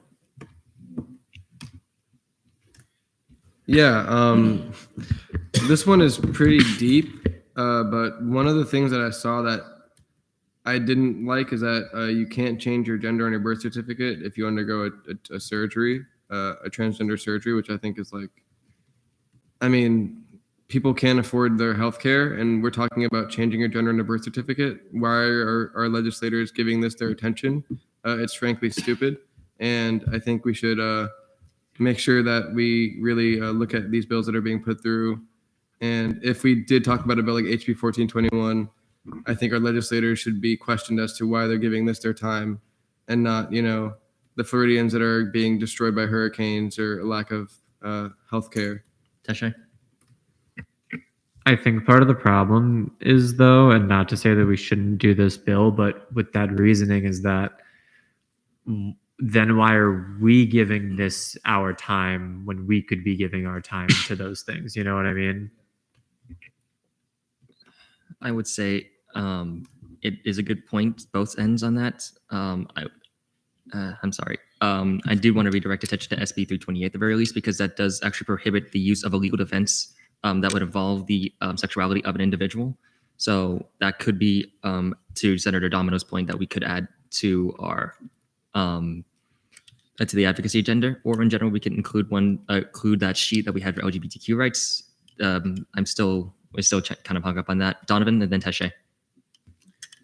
I love all of these. I think they're all great. I do think we should focus on getting one done tonight, as we had discussed, and I think that one is SB 1076. I think a lot of us realize is the most important one on here, and I think maybe just doing that, and then we can table these discussions for next week when we have a little more time to discuss these things and weigh them.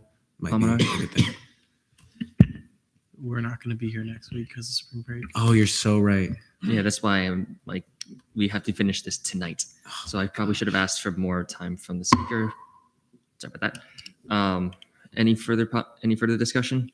Young Chili, Foster, did you have anything? Okay, and then Teshay, go. Would just like to say that I agree that we need to prioritize the civil rights area the most. And yeah, the things like HB 1421 are important. It's very bad. It's also my opinion that the committee's time is better spent advocating against bills that are likely to pass, as opposed to advocating for bills that are unlikely to pass. Wouldn't mind finishing that off. Anybody else wishing to discuss? Teshay. Yeah, I wanted to just add real quick about SB 328, the gay and trans panic defense. That's one of those bills that's proposed every year and advocated for by groups like Equality Florida, and is pretty much dead on arrival every single time in much less homophobic legislators. So not to say we shouldn't advocate for it, but just to give context as to where advocacy's been on that issue for a while. So it wouldn't be my most optimistic bill to advocate for. Understood. Anybody else wishing to discuss on this section? Seeing none, we're moving on to health and safety. Health and safety, Almanar.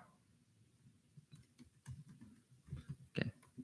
So are we good with the bills for health and safety? 416, 33, and 166.59. For clarity, SB 416. Which ones did we? Oh, I'm sorry. Go for it.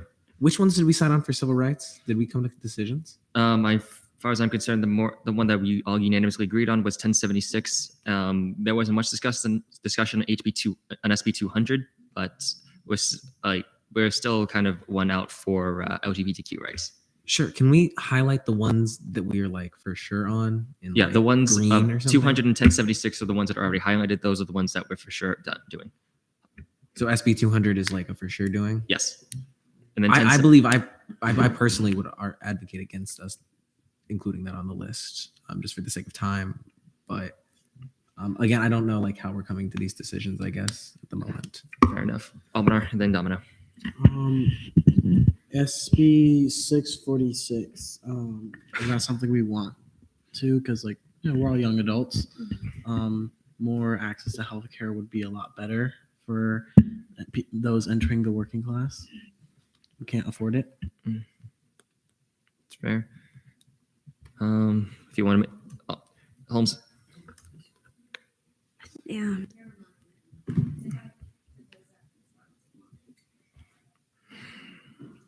Teshay. Can you talk a little bit about HB 33 and what it does? That's the that's the one that was already advocated for at the Florida Student Association's rally at Tally. This was information that I actually asked AG Moore on. This is allowing for, if I'm not mistaken, individuals who travel out of state are able to practice psychiatry from other states through telehealth. Foster, do you have anything else on that? Quick question, no, just a question. If they already rallied for or lobbied for it at rally at Tally, do you think we should continue putting pressure and lobbying for it, or should we look to do another bill? My logic was that if we were to continue the pressure on it, it would have a better chance of passing, because this is a rather important bill, and having that unity between the executives and the legislative and just general student body as a whole would show the importance of this bill. It's under health and safety, HB 33, mental health. Costas. Real quick, can you elaborate on SB 646 a little bit? 646. I can pull it up right quick. It's basically allowing for Medicaid to be utilized for young adults. It's kind of what I have off the top of my head so far. SB 646. Holmes. If I'm not mistaken, there's already a tax on Medicaid for young individuals. I'm not sure if it's in the state, but I've seen it. I just want to know if you know about that, or if that's going on in Florida right now, to see if I want to prioritize that. I don't believe. Okay. If you guys see it fit to include it, you can make that change. Right, go for it. If you see it fit to change, then I'm open to such changes. I want like consensus from you guys. That's why I'm asking you all for your input on this, which I should have done much earlier. But we can return to civil rights once we're done with that. From my quick research, I'm seeing there's a new regulation that will deny gender affirming care to transgender Floridians of all ages who rely on Medicaid.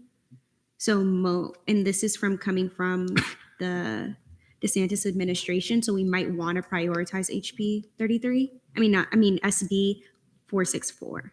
646. Sorry, my bad. All right, with that information in mind, we will. I'll see that.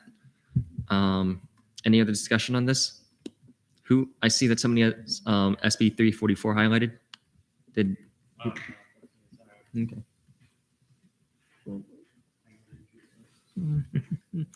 All right. Donovan. SB 166. I bet it's great. Give me like a 5-second overview. Hang on. I'll see. Hang on. I need to look into it first. Anyhow, it's been a while. Almanar. Motion to allow Speaker Hall to speak for the rest of the meeting. There's been a motion for a non-committee member, that being Speaker Hall, to speak for the duration of this meeting at the discretion of the chair. Any objections? Seeing none, Speaker Hall. Yeah. Just so I'm caught up here, what exactly, I understand we're looking at the advocacy agenda. Is there a reason why exec is now picking and choosing our advocacy agenda for us? So that's not it. They only limited us to 3 bills per priority override. I had already gone ahead and tried to kickstart a conversation by highlighting certain bills at my own discretion. I'm allowing the committee to tinker with it as we go. Go for it. Follow up. Is there a reason? Again, I'll just ask, why we're being restricted to 3 bills per section? Their logic was that we would have anywhere between 15 to 20 minutes with each legislator, and they didn't want to, and they thought that we would mitigate our own advocacy by throwing too many bills at the legislators at a time. And then just a final question. More, I guess, just broadly. I think a lot of the legislation y'all have pointed out so far are non-controversial. Personally, and based off of kind of how we've advocated in the past, part of Day at the Capitol is using it as a opportunity to speak to legislators on issues that they are uncomfortable dealing with. And so my perception is, for instance, like the removal of anything related to disabilities, the removal of pretty much anything related to LGBTQ plus rights. I understand that the point of this is to build constructive relationships, but at the same time, it's kind of hard to build constructive relationships with legislatures who already don't care what our opinion is. So I guess my perception is, while yes, a lot of the bills that have been highlighted are beneficial, at the same time, it does seem like putting aside the education reform one at the end, there's not a lot of, and I guess the reproductive rights one, there's not a lot of pushback on the fact that, I think one of the senators previously already mentioned that we have an insanely homophobic Florida legislature, so why we wouldn't advocate for LGBTQ plus rights and things like that. I'm not trying to dictate it. I know that this is difficult based off of what I've been told, that you were informed about this change on Tuesday. Earlier in the week, yes. Kind of weird considering GAP meets on Mondays, but I would just encourage the committee to kind of look at that and to make sure that the different communities, things that are outlined are represented, as well as, to be frank, there is nothing bounding you to 3 bills per agenda. At the end of the day, you all dictate the agenda. So I think they can make room. Teshay? Yeah, I was Dylan right at the end just hit on what I was going to say. But while I personally agree we should be limiting the number of bills that we have, that's our decision to make. What they gave you was a recommendation, but that's not their call. So we can do as many as we'd like. And also, I think we can have an extensive list and let people who are going today at the Capitol and meeting with specific legislators pick and choose based off of committees, interest, co-sponsors, things like that, the specific bills that they'd want to do. So if we want to say that this is going to be too much to cut down right now, we can leave a lot of it in there and let that be more at the discretion of the people going and taking these meetings. Domino, and then Costas, Almanar, Yalman, Just a quick fill of the committee really quickly. Without the new information from Tuesday, what would be the ideal agenda for the prep sessions tomorrow and the actual agenda for a day at the Capitol based off of today's conversation, everyone's interest in what we should be focusing on and advocating for?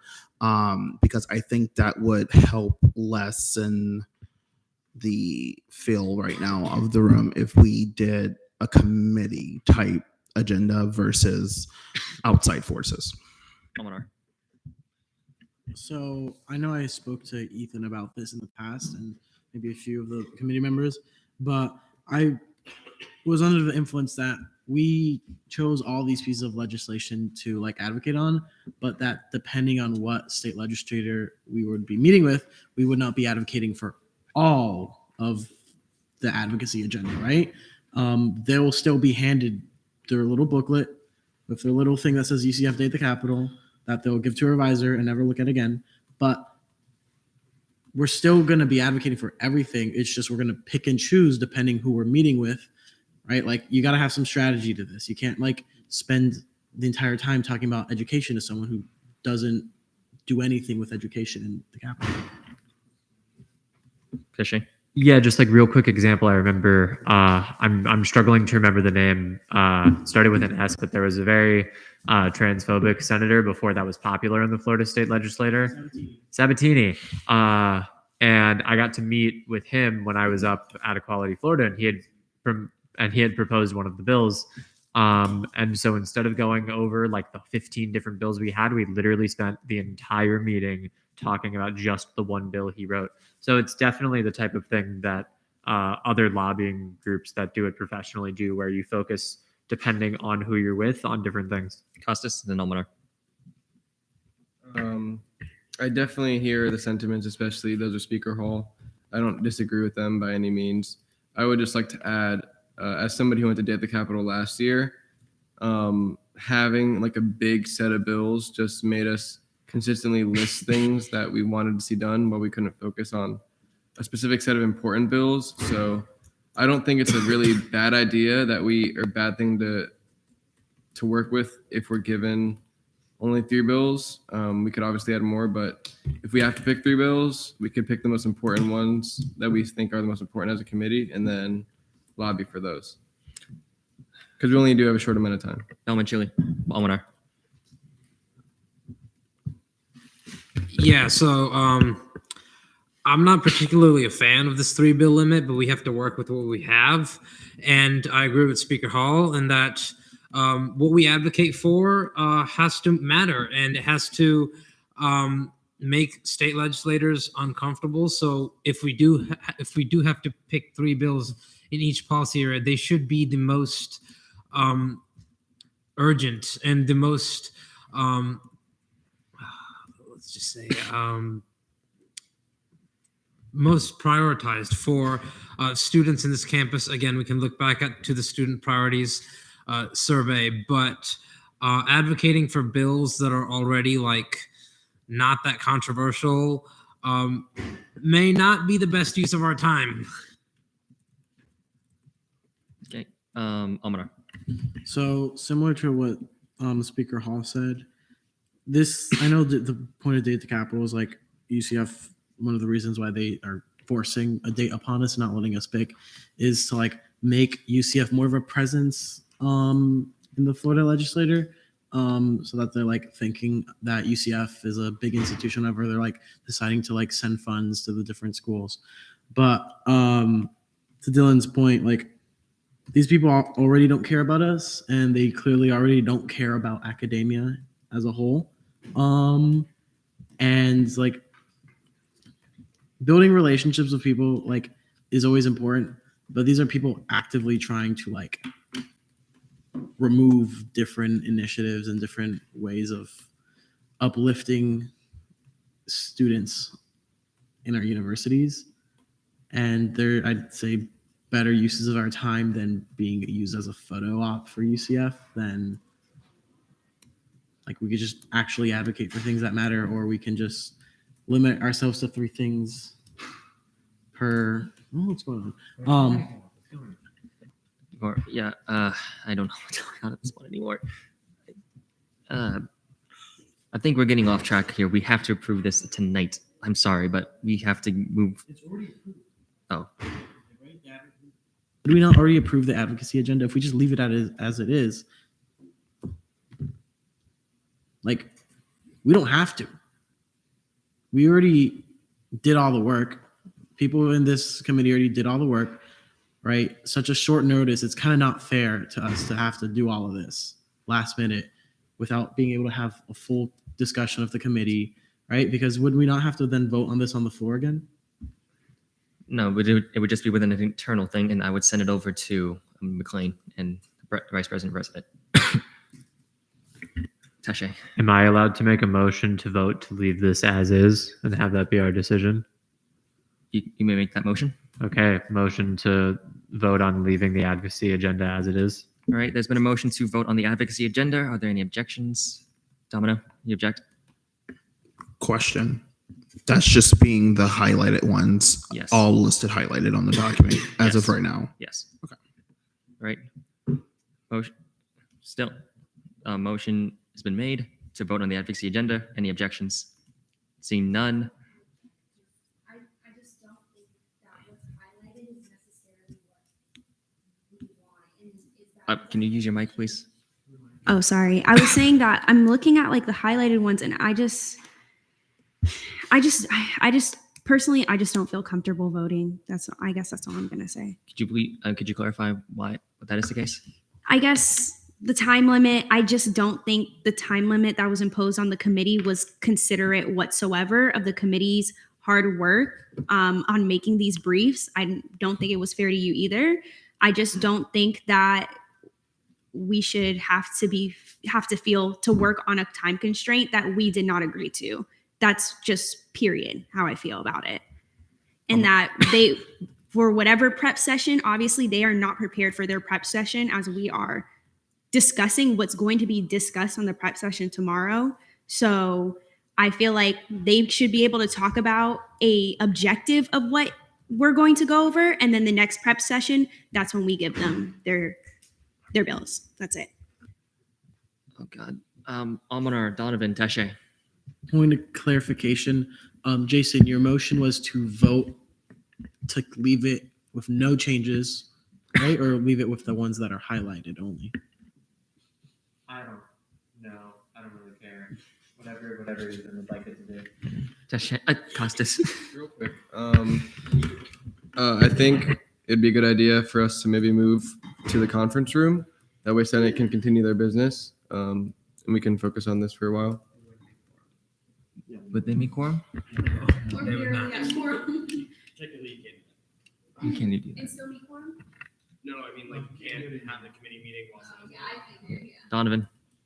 Motion to highlight the entire document. I will not. And Decorum, please. I'm serious. I'm will actually not dead serious. I will not see that motion, Donovan. I'm sorry. Foster. Can we just vote on what's already highlighted? There's been a Tache, Almanar. Just a real quick thing, just for clarity's sake, to talk again about when I did the lobby days with Equality Florida. They gave us our prep packet an hour before our first meeting, and we were fine and we figured it out. So if we're giving this to people in like late March and this is in April, that's like more than enough time for them to get prepped. So it's like it's not necessary to have all of the detailed bills tomorrow. Like they'll survive. It's okay. Almanar, did you want to make one more point? And then when Chili, I'll see. I wanted to make a motion to adjourn pending final roll call. There's Yaman Chili. Go for it. Just because if we vote on something today doesn't mean that those are the bills that we are limited to advocate for. We can still later add on other things as well, right? I will talk with McLean on that detail. Okay.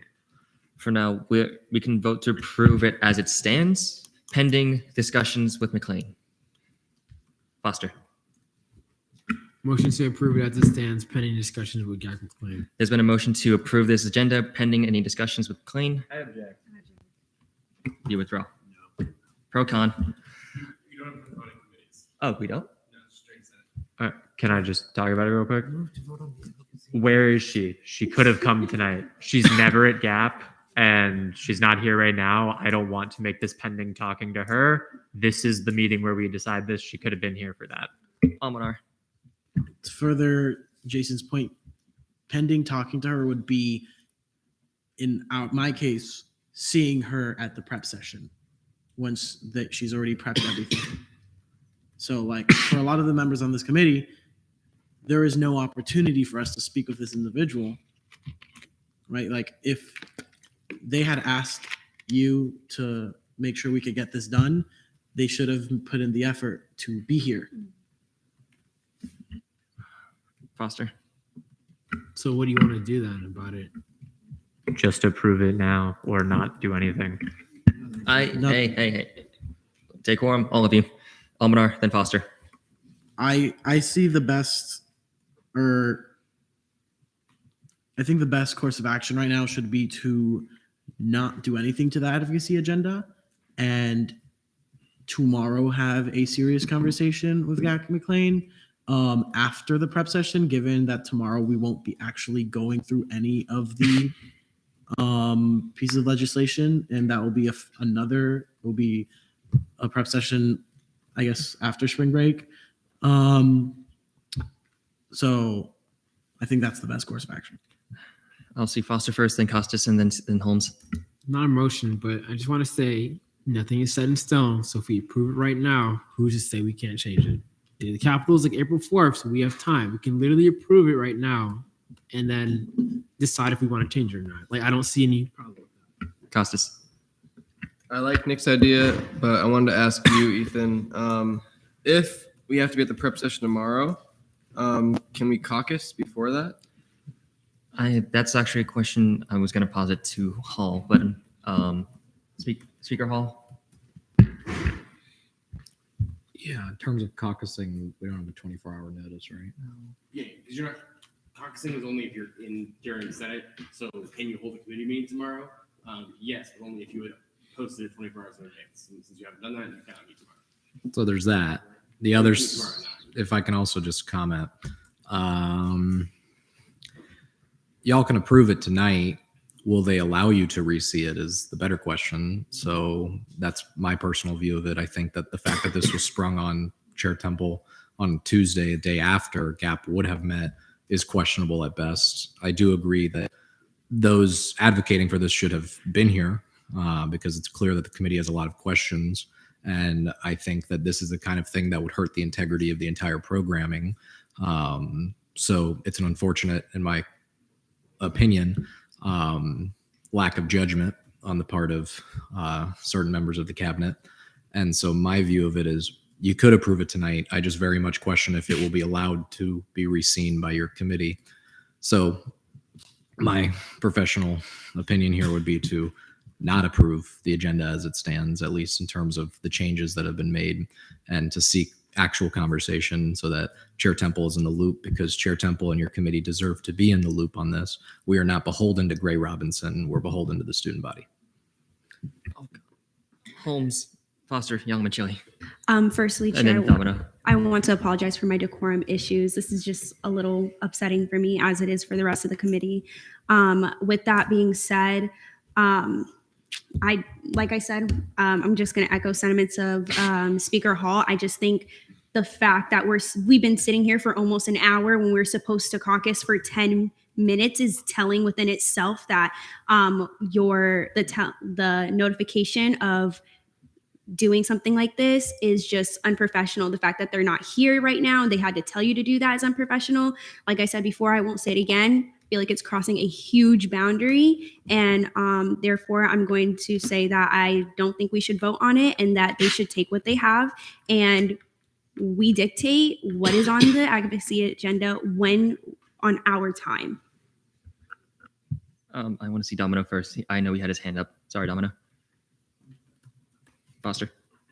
I just want to pose the notion that I want to prove it tonight, because what do you think a conversation with Yak McLean is going to do? Kind of like, I think Jason made the point earlier, and I might even make the point, like, let's say we don't approve it tonight, was stopping anyone from being like, all right, you didn't approve it. This is what you're working with. This is what you're going to advocate for, because they dictate that. We don't have any power over that. Yeah, Machili, did you have anything? Yes. Once again, I agree with Speaker Hall. This is unprofessional. This is not good. I don't believe that the executive branch should be treated like kings. This committee has a greater body of knowledge on these issues, and the idea that the executive branch has tried to put constraints on what this committee can do with time and with the content of the bills that can be posed in each policy criteria is not good. And I agree that it's a good idea that we do not approve the advocacy agenda yet until there is a discussion with Yak McLean. Can you finish that off? Costas, Holmes. I know we need to get going soon. I think we pick the bills that we want to see advocated for. We've researched these bills extensively over the past few months. And I think even though we've had time restraints, we know what these bills are. We know what they advocate for. And I think the ones that we have highlighted are really good bills. And I know we're supposed to be a nonpartisan body, but the current GAC might not like that the bills we've highlighted. And to prevent any further, argumentation, I think we should approve it now. Taché and Foster. I just wanted to say, I'm personally someone who's in favor of having a much, much, much briefer advocacy agenda, but that's not what the committee decided. And so I'm not just jumping in and saying that we need to change that because that's what we decided to do. So I think everyone should have that sentiment of when decisions are made democratically within a board, they get respected. Before I continue, Senator Kaposi. Mike, please. President voting. So noted at 9:06 p.m. Foster. I just want to say I 100% agree with Senator Costas. So if he doesn't make the motion, I will eventually. Holmes. Since it's in new business, is there a possibility to make a motion to postpone the advocacy agenda? I actually do not think of that, honestly. Brody. So, per the rules, certainly you could postpone the decision until your next meeting, the Monday after spring break. Like, in practicality, I don't know what effect that would have. I think the other option, based on what I'm hearing, the sides are, is I think if you had a motion to approve the agenda, and you could either vote for or against that. If you vote for it, if the for wins, then you've approved it. If the against wins, then you did not approve it, and therefore the previously approved agenda still stands. So that would be an option. You could also postpone it, which would be the same as taking no action in the immediate. Yeah. So if I did the approval of the agenda, that would be voting on whether or not to pass the advocacy agenda. Sorry. So if you had a motion to approve the agenda, that would be a vote for that would be to approve it, and a vote against it would be to say I'm not approving this new version of the agenda. I want the agenda to stay as it stands now. We're not approving this amended version, is my understanding. All right. Is there anything else to this discussion? Nothing. Is there a motion? Foster. Move to approve the agenda as it stands. There's been a motion to approve the agenda as it stands. Before that, is HB 1421 being added on?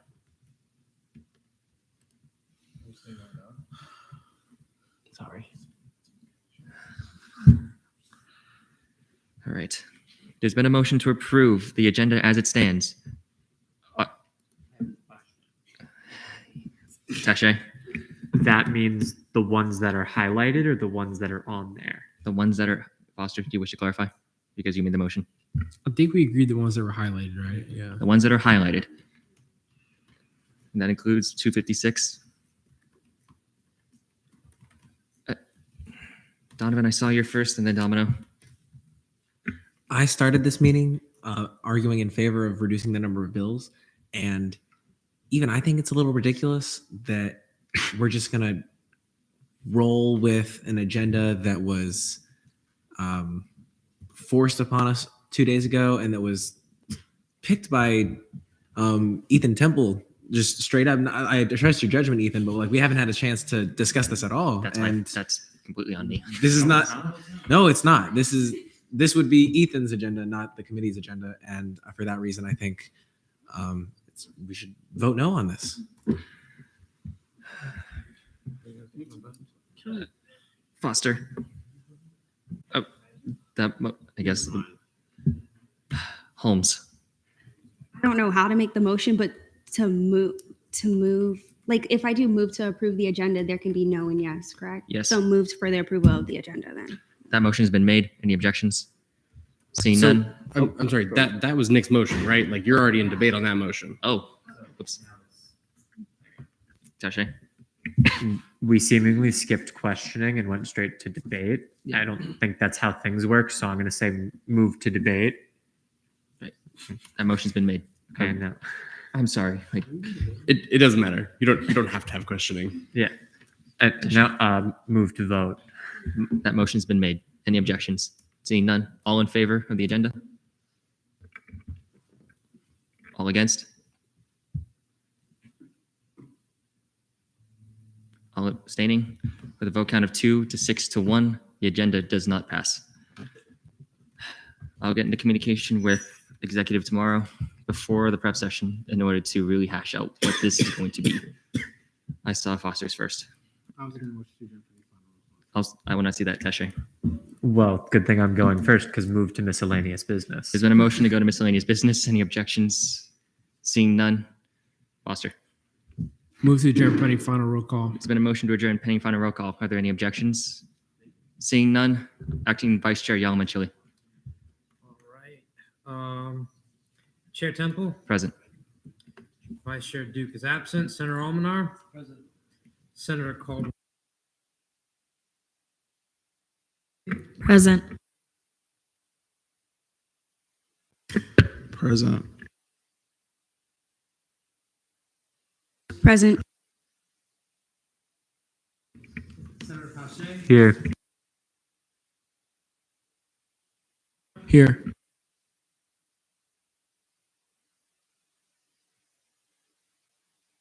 I hereby adjourn this meeting at 9:12 p.m.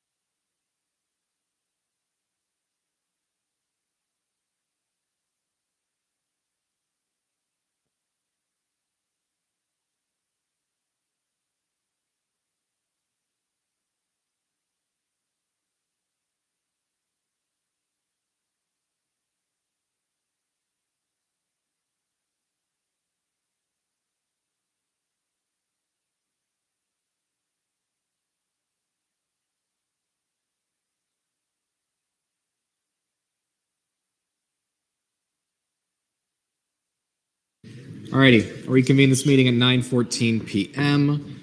Internal committee reports, ENA committee, Vice Chair Control, can you take it over for? Yeah. So let me just get here. Yeah. So good evening, Senate. We didn't have much to do today. In ENA, we spoke with Brody on creating a transition binder, as well as we had AJ's cat Boo has been a regular attendee at these meetings the past couple weeks. So that's about it. Alrighty, any questions for Vice Chair Control? Seeing none, GAP committee report. Is there a motion moved to LJR committee report? LJR committee report, Chair Rayett. Hey everyone, so this week we just saw 3 absence requests where we denied 2 and approved 1. Also, if you are unable to go to your dean meetings, make sure that as they're happening, you're submitting those requests because you do need to get those approved. And then also just a last quick thing for the transition binders, just a recommendation I have from like a statutes perspective, I wish this was in mine, is to include parts of statutes that are relevant to your job or your committee, because I think that might be helpful for the people coming in so they know where to look in statutes. But yeah, that's just a suggestion I had. All right, any questions for Chair Uriah? Seeing none, SBA committee report, Chair Trainer. Hello, everybody. Senator Contrell and I, we had a great 2-hour call this weekend with Wiki Nights and Jay Paradiso. It was really, really cool. And next Senate meeting, we'll probably be seeing a resolution concerning open education resources, which will be super cool. Other than that, have a great spring break. All right, any questions for Chair Trainer? Senator Sachet. I just wanted to say that I talked to someone from Wiki Nights the other day when I was canvassing, and I know that they also want to see if there's ways that the executive branch could help. So if you want to like reach out to them and see how they can make that happen, that would be really helpful for them, I think. All right. Any other questions for Chair Trainer? I'll also just add, just so it's public, that Chair Trainer, myself, and Brody have worked to get the list of names for Eternal Nights, so that the goal will be to write those resolutions ideally over spring break, and then have them push through. For those of you who don't know, Eternal Nights is for UCF students that have unfortunately passed away, and so we pass resolutions in their honor. So SBO will be working on that in the last 2 weeks that we have here, putting spring break aside. With that, we'll go back to GAP committee, but confirmations, none. Internal legislation, notice legislation on first reading. Constitutional amendments, none. Bills, Internal Bill 5439 is remanded to ORS. Resolutions, Resolution 5439 is remanded to SBA. Proclamations, none. Special acts, none. Notice legislation on third reading, none. Notice legislation on second reading. Constitutional amendments, none. Bills, is there a motion? Before I see that motion, Senator Capozzi. President voting. So at 9:17 p.m. We're at bills. Vice Chair Spalding. Move for 5-minute speeches, 5-minute questioning, 5-minute debate. Motion for 5-minute speeches, 5-minute questioning, 5-minute debate. Are there any objections? Seeing none. Bills, Internal Bill 5437, updates to Title 9. LJR Committee, Chair Uriah, 5 minutes whenever you're ready. Can I yield to Caitlin? Is there a motion for a non-committee member to speak? Being Attorney General Moore. Any objections? Seeing none. AG Moore, 5 minutes whenever you're ready. Hi, Senate. So essentially what this bill does is just kind of updates parts of Title IX. So the idea for this bill started from just multiple conversations that I had with multiple people in Senate and Senate leadership. So specifically, I spoke extensively with Speaker Hall, with D-Lig McClellan, with the LJR committee, and Chair Uriah. And we kind of just were talking about different ways that we thought that Title IX could be updated or that it could be improved. And so I kind of just took a bunch of notes from all of those meetings and tried to then draft what I thought would be a good solution, given all of the feedback that I had gotten, and then just some other ideas that I had as well. So essentially the big thing in the bill is the tier system that's added in there. And then of course, some of the suggested penal actions that I added in that weren't previously there. So the idea with that was to hopefully make give a little bit more groundwork so that when there is a non-compliance or there is a censure, it can kind of be a little bit more clear as to sort of the different actions that could be taken depending on the severity of the situation, and kind of to alleviate some of the ambiguity in that process and what might be an appropriate sanction given what's going on. Hopefully this makes it a little bit more clear and easy to follow. And I also kind of took a little bit of the formatting from Title VI and kind of the way that election violations are set up with the tier system. I thought it would be good to kind of just mirror that structure as well in Title IX, but of course tailor it towards what's going on here. And so there's a similar tier system for the non-compliances and then for the censures. And then there's just a couple of other sentences that I added in there. In Chapter 909, you'll see that I added a sentence about just kind of like clarifying what LJR's role in the censure process is, kind of deeming them to be somewhat of like an ethics-like committee. So just kind of making that more clear. That's kind of hinted at in Title IX in certain places, but I wanted to just make that a little bit more clear and just write that in there. And then in Chapter 904, I just kind of put in an explanation of what that tier system is. So that's in there as well for all of you. But let me know if you have any questions. Thank you. Alrighty, we are now in line for questions. All those with questions, Chair Borges. Yeah, so thank you for putting all this effort in. Can I direct it to AG Moore? Yep. Okay, making sure. What I see is that the tier system seems to pretty much only affect, to my understanding, senators. How could it affect the other branches or even our advisors or, let's say, members of the agencies and departments that we can also non-compliance? Yeah, absolutely. So that's definitely something I thought about. Was obviously a lot of the conversations I had were with members of Senate and Senate leadership. So that's kind of why a lot of things so far in the bill are geared towards legislative branch. I think certain things could definitely apply in like the judicial and executive branches as well. Again, that's why I think the language in there is important, that it could be, but is not limited to these exact things. So if it was for a different branch or for an agency, then that could be amended as such. Also, I knew that this might kind of be something that's a work in progress that might be added upon later. I wanted to put down a good framework to kind of get this started and get something solid within the statutes. But of course, if in the future years, another AG or somebody else wants to come and revise this and add upon it, then of course they're free to do so. All right. Yep. Chair Borges. All right, so another question. I guess this one for anyone who can answer it.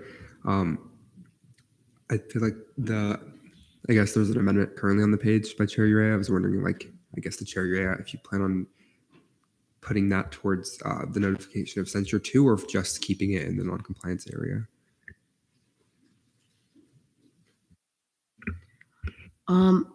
Right now, I just have it for the notification of non-compliance.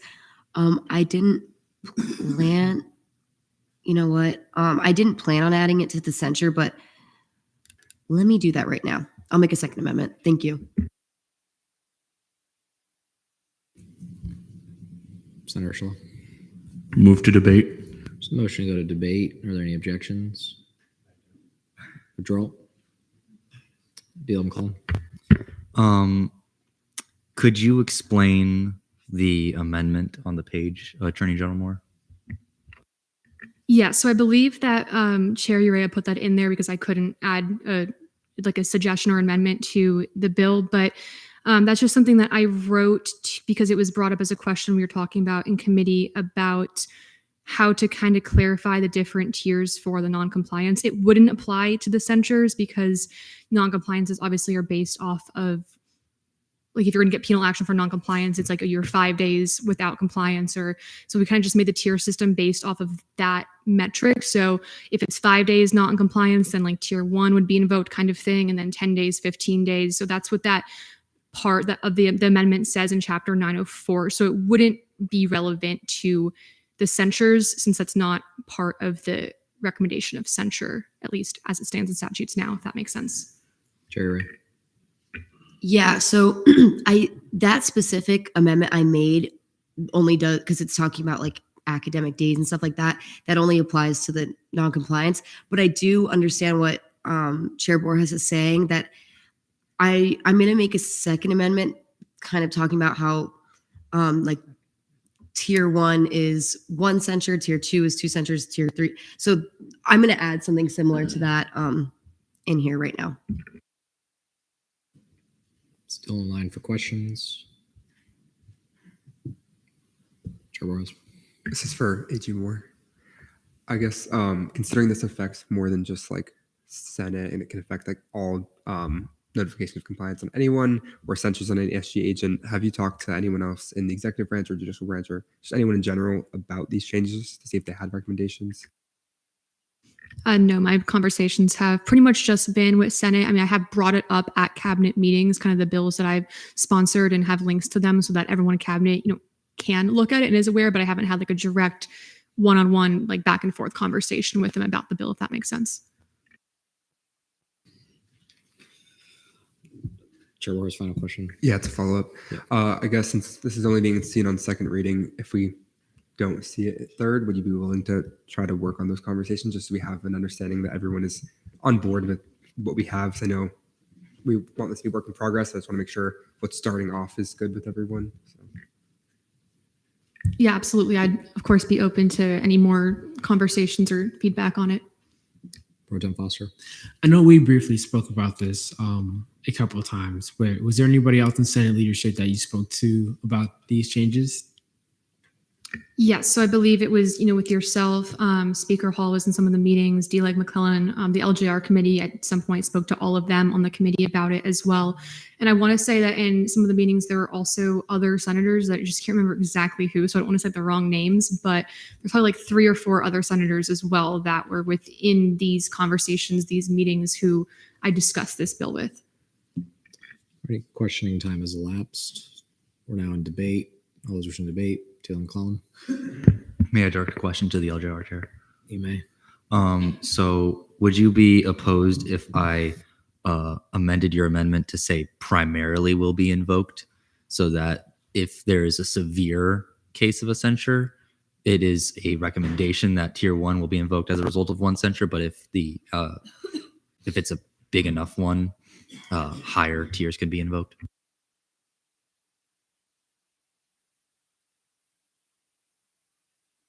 Sure, I'll see that as a friendly. Right, we're still in debate. Chair Burrows.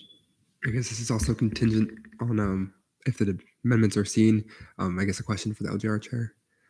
Would you be willing to add, if we add that the LJR committee can see that too? I know they can see the non-compliance ones to make sure they're good, but if we're having this more like based on the person's perception, would you be willing to have LJR see those tier recommendations too?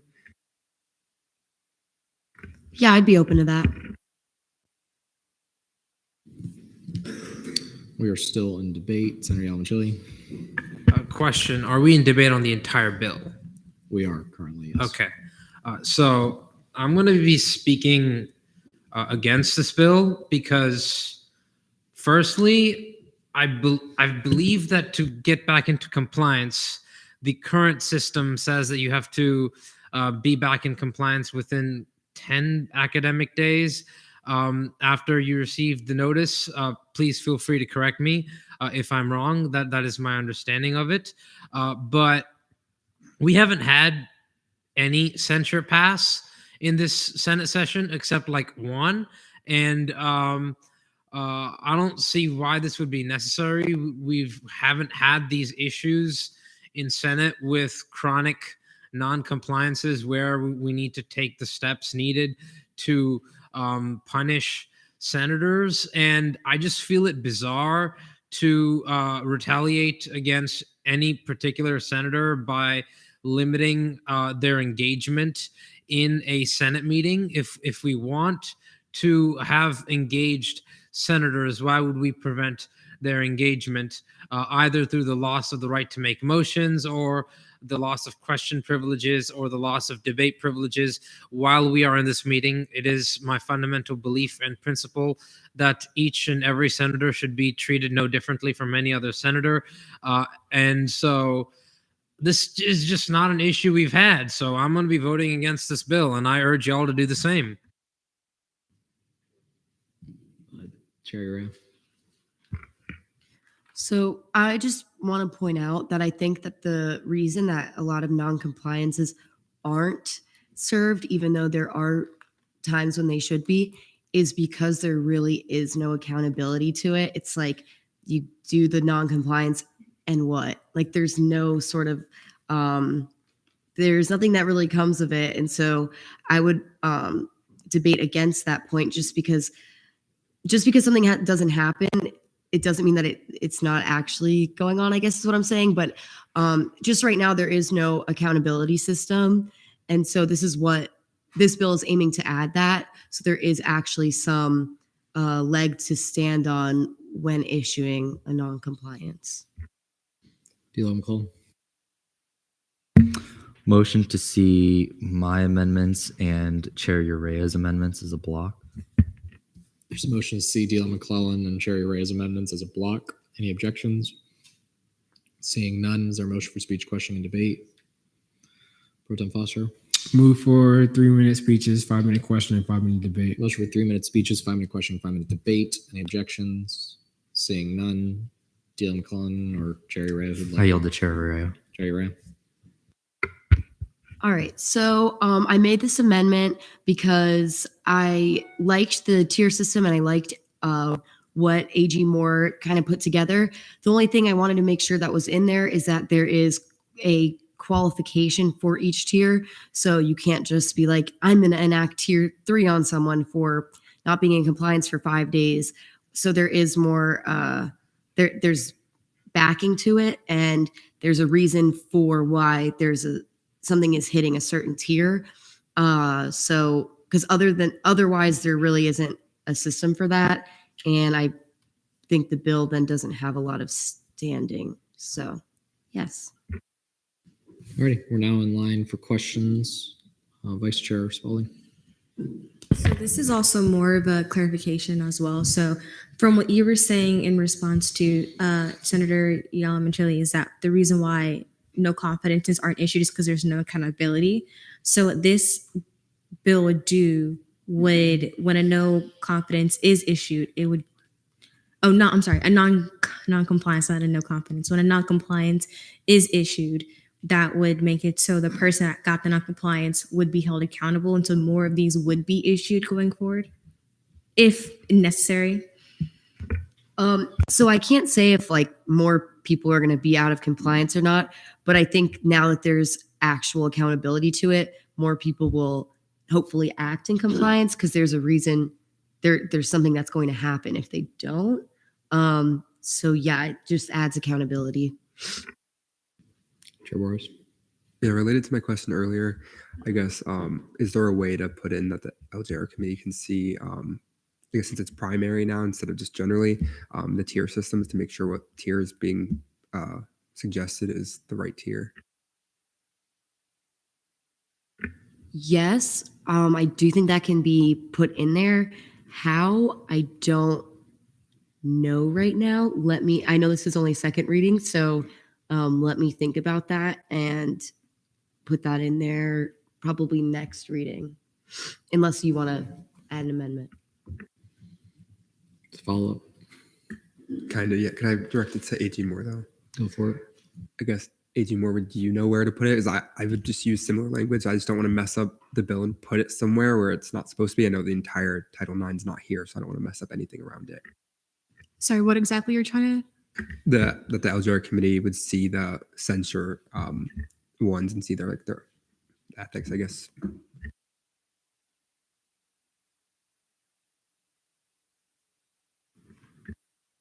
Sorry, I did not catch the last word you said. When it comes to the tiers for censures this time, adding that the LJR committee would see the tiers.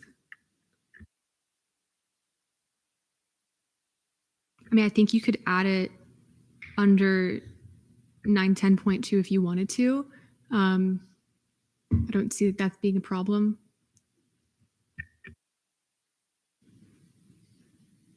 Still in line for questions. Deal McClellan.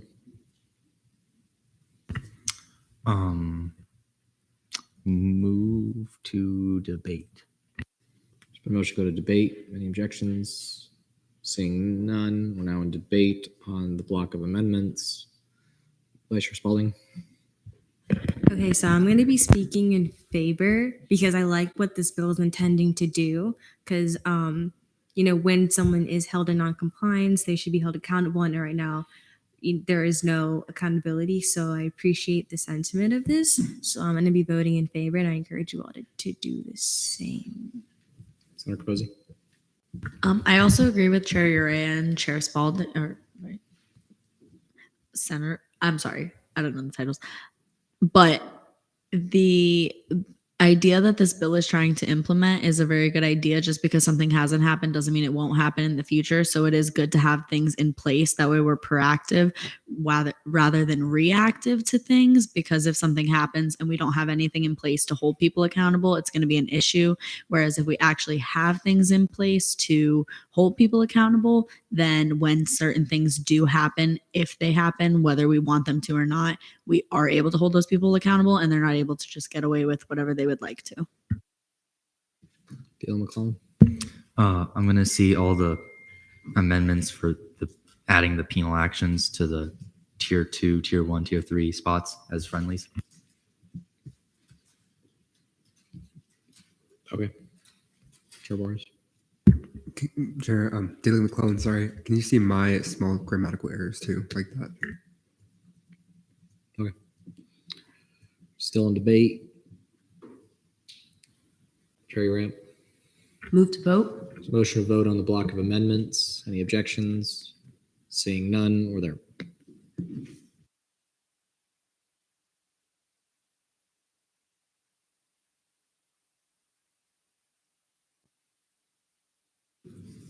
Vote count 22 to 2 to 3. The block of amendments passed favorably. We have about a minute left of debate. I'm going to go Pro Tem Foster and then Chair Boris. May I direct two questions to Senator Yalom and Shirley, then debate? I'll see each question. Go for it. Do you believe that all student government agents should be held accountable for their actions? Yes, I do. What's the question? Sure. Under the current system of the non-compliance, it was referenced earlier that under the current system, I can give you non-compliance and nothing's going to happen to you. Do you think that this new system is a better way to hold people accountable? I do think there needs to be a system that that helps hold people accountable. That does not exist right now. I just don't believe the bill is the right way to do it. Pro Tem Foster, briefly. Yeah, just to keep things super brief, I think that this bill is the perfect way to hold people accountable. There's a tier system, so there's never any, oh, this is what you did, you're going to get punished in this way. So it kind of goes up increasingly. And kind of like Senator Capozzi said earlier, it's better than nothing. It's better to be proactive. Just because something hasn't happened yet doesn't mean it's not going to happen. And also, this affects all student government agents, so it's not necessarily just a senator non-compliance senator. So I'll be voting in favor of this bill. Is there a motion to extend debate by 2 minutes? Any objections? Seeing none, Chair Boris. Thank you. So I do generally support this bill, of course, with the LJR committee amendment maybe for next time we see this. But one of the concerns I had was that with the non-compliance, it doesn't specify anything for times where you really can't come back into compliance at all. I know, for example, one of the non-compliances that did pass, the individual, it was impossible for them to come back into compliance. Like, for example, like it was writing a fiscal bill. Fiscal bill was already written. You can't write it when it's already been written. So I kind of, I guess, with the LJR committee amendment they might see next time, I guess I'd like to also see maybe something in here to counteract that, to make sure that people who can't come back into compliance don't get automatically tier 3'd. Senator Casas. Yeah, I understand this bill. I think it's a good start to hold people accountable, but I'm probably going to be voting no on it, just because I don't know how I feel about losing the right to, even in tier 1, the ability to to ask questions or even debate. I think that's a little bit of an overstep to say you can't even ask a question just for a tier 1 violation. I don't know how I feel about that. Chair Almanar. I'll be voting no on this resolution or this bill today, mainly because I don't see how these tiers, mainly the loss to make motions or for questioning and debate, how that affects the other branches at all. It feels like it's only not meant to, but it currently only affects the legislative branch. I'm not sure if maybe the AG can elaborate on how that would affect the other branches. But from my understanding, it doesn't. Senator Yamachili, briefly. So yeah, it's the idea that a tier 1 can be implemented for one censure is, I believe, an overreach. One censure should be, in my opinion, a warning to a person that the Senate does not approve of your conduct. You need to get your conduct together, or else there might be more censures if you keep repeating this kinds of stuff.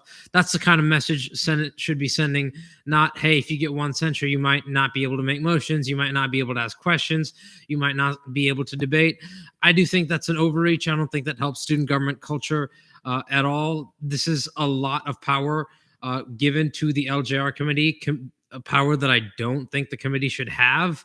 And so I'm still going to be voting no, and I encourage y'all to do the same.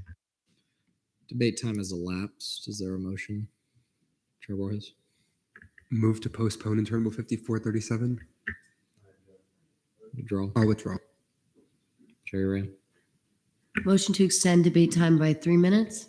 Motion to extend debate by 3 minutes. Any objections? Seeing none.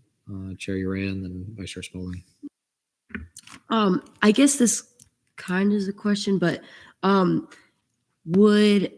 I think I might be able to like ease everyone's concerns a little bit by making tier 1, making an amendment to just make it a warning. And so that at that point now tier 2 and 3 both have things that would affect all branches, and tier 1 would just serve as a warning. So maybe that, I don't know if like you guys would be more open to that, but maybe that would be something to ease everyone's minds. Vice Chair Spalding. Yeah, I'm going to be voting in favor because, as mentioned, at least this is a step in the right direction. Not only that, but we have the ability to see this on third reading again, so we can make the amendments now and then like go forward if, once Chair Urian makes the suggestions and whatnot. But then also, think of even when we're doing elections, like during election season, like there are tiers for like people that violate the rules. So it's like this is not anything new per se. It's just making it so that whenever someone does get a non-compliance, they're held accountable just as they would be during their running election season. Senator Kwesi. The way that I look at it is everybody has pretty much mentioned that these censures don't really happen. So if a censure is happening, it most likely is for good reason. And if that is the case, then I don't see why why this would really make a difference, because if we're already censuring the person, most likely it is for a good reason, and these censures might actually be a good way to move forward and allow them to kind of correct their behavior rather than just continuing to allow them to maybe possibly make the mistake for a second time. Deal McCollum. I'm going to be speaking in favor of this bill because of a lot of the things that have already been said in favor of it. I do intend, after hearing a lot of concerns from other senators, to try to get another meeting scheduled with Chair Urian and Attorney General Moore, and maybe see if there's any adjustments that we could do or anything that we can speak about. Maybe reach out to judicial as well to see how these things can affect all the branches in this. But even in the tiers themselves, it says could be but are not limited to allow for that when, for example, a non-compliance could be put on a exec or on an advisor or on a judicial member. There's still something that can be done. So I'm in favor of it. Do intend to have the conversation, but I'll be voting in favor. Senator Taché, briefly. If we're going to be reforming these statutes, I'm not going to vote on anything unless we get rid of the parts about suspending someone's pay. Not always, but sometimes these types of things can be personal and vindictive, and that should not mess with someone's salary. Debate time has elapsed. Is there a motion? Senator Shalom. Move to vote. So motion to vote on Internal Bill 5437. Are there any objections? Seeing none, or there.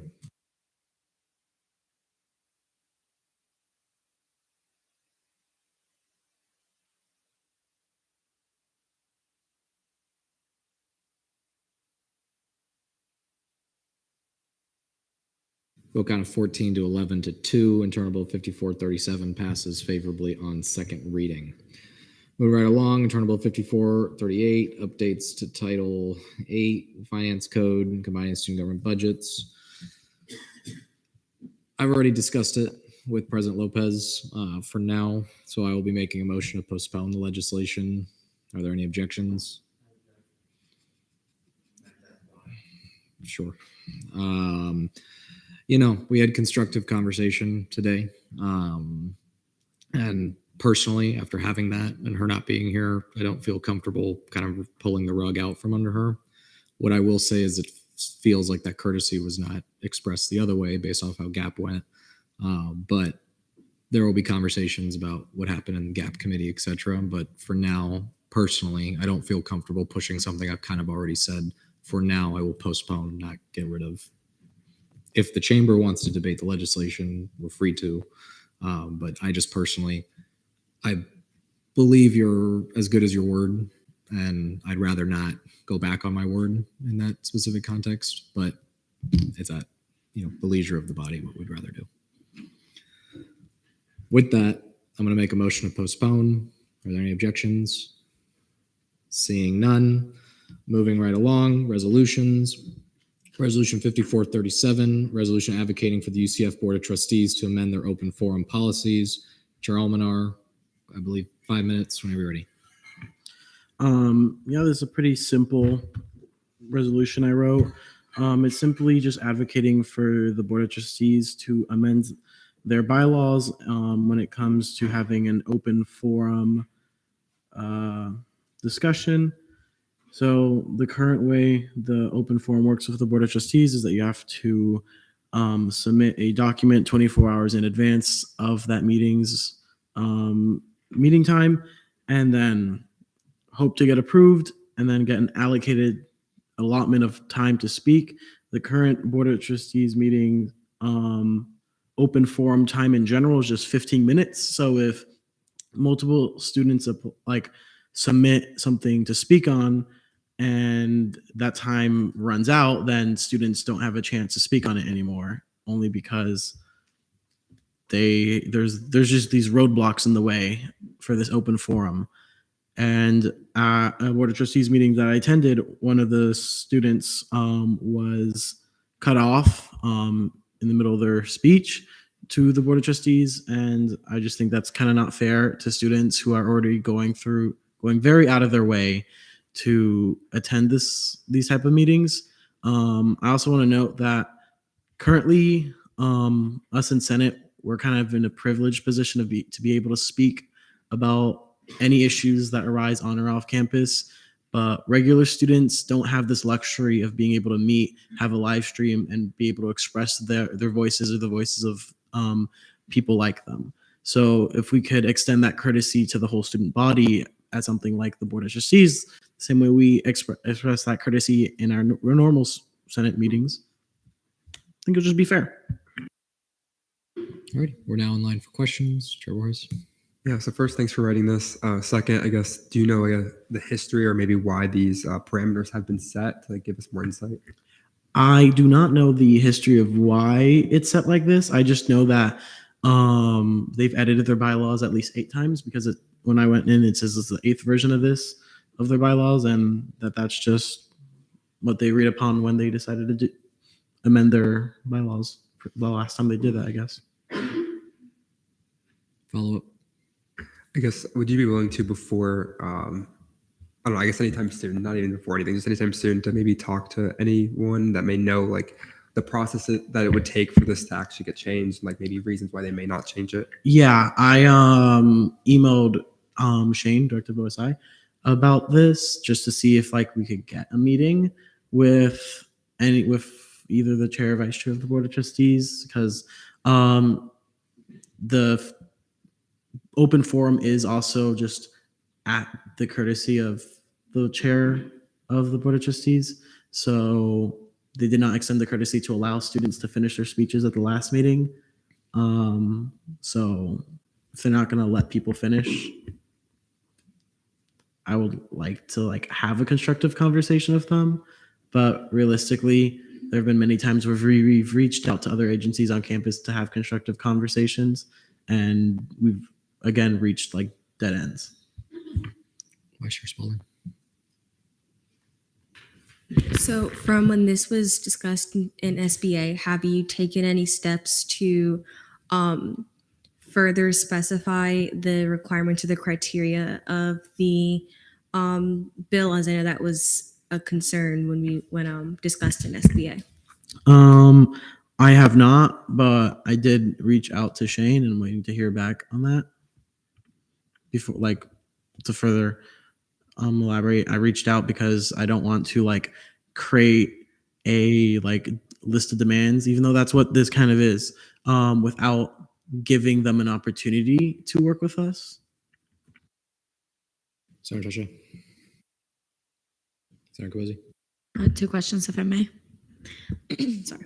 The first question is, in the therefore be it resolved, are you asking for either one or the other? So either the 15-minute limit to be removed or for the 24-hour to be removed? Or are you asking for both of those to be removed?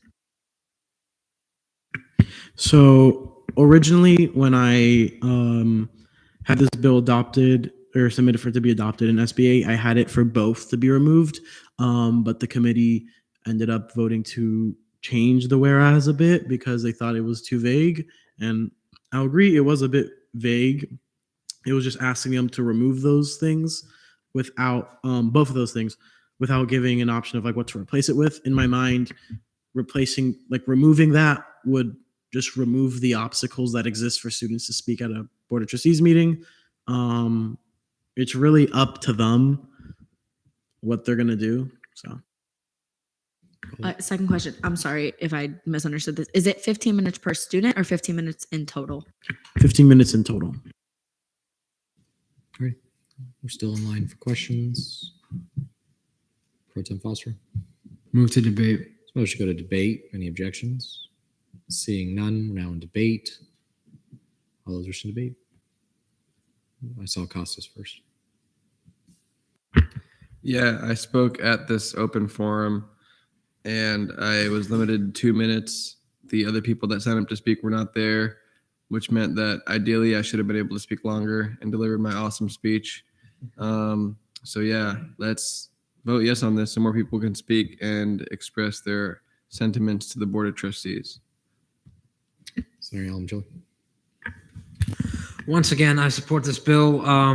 When there was a protest outside the Board of Trustees meeting concerning the preservation of the DEI programs, I was there in the protest outside, and I saw that not enough people got to speak, and so it would have been nicer if more people got to speak, and this bill advocates for that, so I'm going to be voting in favor, and I encourage you all to do the same. Chair Trainer. Move to see JC's amendment. Don't see that as a technical. Well, it changes the meaning from or to and, so it kind of changes the meaning of the be it resolved clause. Okay. There's a motion to see the amendment. Any objections? Seeing none. Speech, question, debate. Chair Dumble. Move for 3-minute speeches, 3-minute questioning, 3-minute debate. Motion for 3-minute speeches, 3-minute question, 3-minute debate. Any objections? Seeing none. Chair Almano. This is a simple one. I know that this change was made in SBA, but I also remember the sentiments of that we would like to discuss this as a Senate body as a whole, and that it wasn't a settled topic of if it should be or if it should be and. In my eyes, I think it should be and, because any sort of like roadblock against having students speak at something like an open forum is kind of undemocratic. So yeah, that's my speech. Alrighty, we're now online for questions. DL McClellan. Move to debate. So motion go to debate. Any objections? Seeing none, we're in debate. All those in debate. Chair Trainer. May I retain? You may.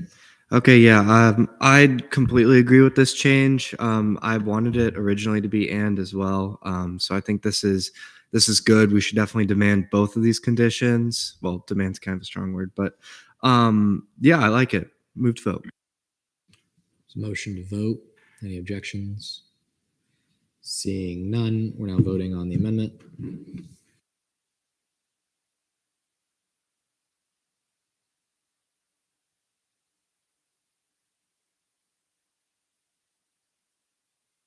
Vote count of 27-0. The amendment passes favorably. We are still in debate. Vice Chair Spalding. Move to vote. Do withdrawal. Senator Taché. Yeah, I just wanted to really quickly say that I think I'm going to vote yes right now, but I think by the time we hear it again, there should be clearer language on, not saying that our stance is there should be completely unlimited open forum, whether it be that they're allowed to institute time limits for individuals, time limits on certain subjects, whatever that may be. We can work with them on figuring that out, but I think it should be clear that we're not calling for people to be allowed to go up and each give their own individual 10-minute speech for hours and hours and hours, because that may start happening. And I want to see that, but I also know that they'd find that ridiculous. And, so we should consider being a little vaguer. I don't know. Senator Schiller. Move to vote. Motion to vote on resolution 5437. Any objections? Seeing none, we're there.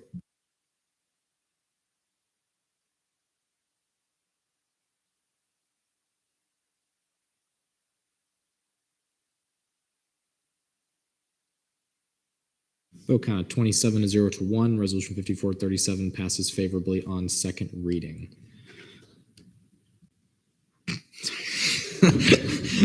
Moving right along, resolution 5438, resolution advocating for increased business ethics focus in the UCF College of Business. Senator Donovan, 5 minutes. Whenever you're ready.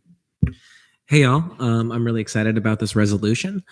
I'm a representative from the College of Business, but I'm going to be honest with you. I don't always trust the business leaders in our community.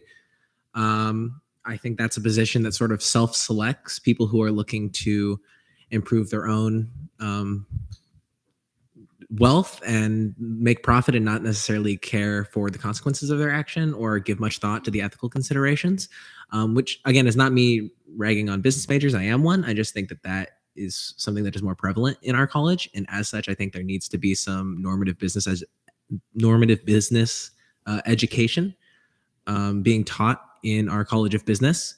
I think I mentioned it here. Yeah. So this, just to make things a little more clarified, this is referring to things like when investors misappropriate funds, or when a company damages natural ecosystems, or when they commit tax fraud that deprives the state of local resources, or they commit wage theft, which deprives working class residents of wages. Like, these are all instances where they decided to act unethically for personal gain instead of act within those ethical confines. And so I think there needs to be a lot more reflection among those in the business community about what the impact of those decisions are in our community, and what your responsibilities to your community as a corporate citizen, corporate responsibilities thrown around a lot, what those are is really important. And so when you look at the UCF College of Business in regards to normative teaching, there is one ethics course that is which is required, which is BUL 3130, and that course is 16 weeks of descriptions of the legal environment of business. So it says ethics, but you look at the syllabus and it's all legal stuff, which is good. They're supposed to know what the bounds are that they can stay within, business leaders, but that doesn't actually address their own decision making in those situations, which is why I wanted to advocate for more normative teachings in the College of Business. And that's where this comes in. So there's actually 2 other ethics courses that are taught at the upper level in the College of Business. That's MAN 4720 and GEB 4435. The problem with these is that they're offered irregularly. They don't count towards the electives of most business majors. It's just nobody's taking them. And this is really good education that we're offering here, and it's going unutilized. which is why I wanted to propose this. There's a lot of people in the College of Business Administration that want to see these changes, and they want to see more of those things that are taught in those upper level courses incorporated into the required courses, or maybe even the capstone project, or even GEB requirements, just something in the College of Business. Like the solutions that I outline here are really asking the bare minimum for these things to be incorporated. And I think that with this resolution in hand and a decree from the student body that says we want to see these things happen in the College of Business, those people in the administration that want to see these changes are going to have a lot more firepower to bring with them, and talks about the curriculum. And these might be changes that we can see happen slowly over time. And yeah, that's all I had to say. All right, we're now in line for questions. All those with questions, Chair Double. Engaging Senator Donovan. Have you, I believe you have approached the College of Business Administration about this. Can you please expound upon what you have discussed with them? Yes. So I've reached out to the heads of the departments, and I've gotten meeting with one, Dr. Bennett, who heads the management department. She is super on board with this legislation. Super excited about it.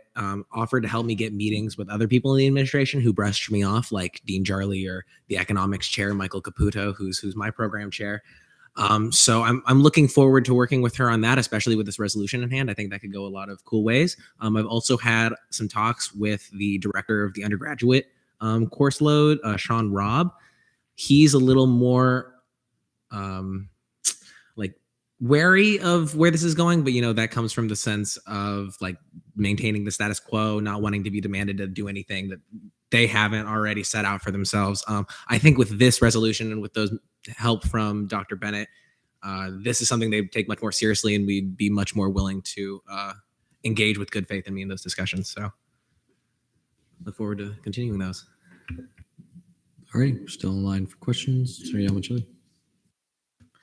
So, have you seen if any other universities, whether in Florida or the country, have implemented the ideas that are outlined in the resolution?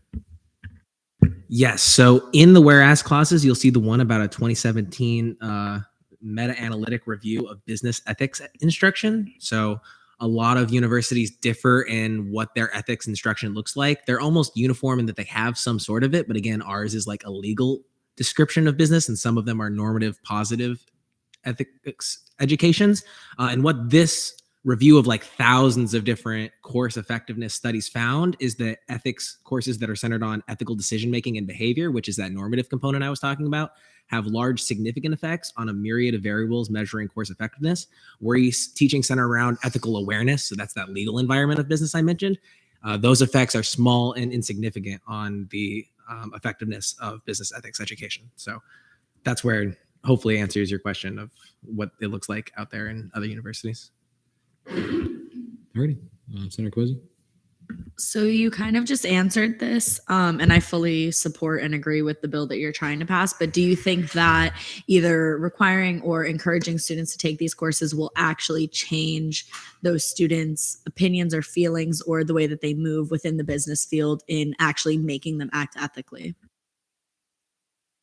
I don't want to like just say like yes, but I think it's important that anyone who's going to be in a position of power grapples with these sort of things. And the fact that we're not even asking our students to do that is kind of telling of the curriculum of the College of Business at the moment.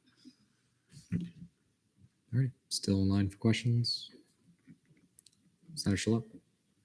Move to debate. Motion to go to debate. Any objections? Seeing none, we're now in debate. I'm going to go Chair Salcedo. So I'm going to be voting in favor of this piece of legislation. I think this is the perfect example of what Senate should be doing.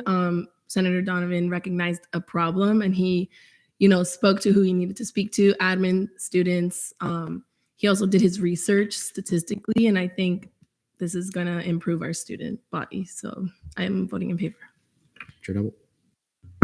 So, as you probably all well know, I'm an economics major, and I always harp on that. But in economics, one of the more fundamental lessons you learn is the difference between positive and normative economics.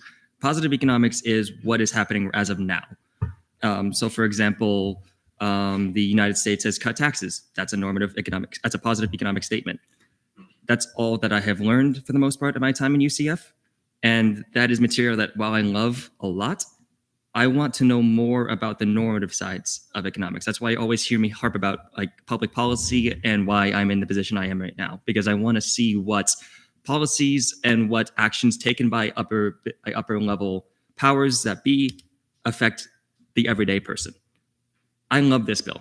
Like Senator Donovan, you did a fantastic job with this resolution, and I want to see more of this sort of advocacy, not just within business ethics, because it is a very important step in the manner that we need to know not only what actions that are being taken by business elites, but we also need to do that for a lot of different sections as well within our society. We need to know the consequences of our actions and the powers of those that are higher and their consequences.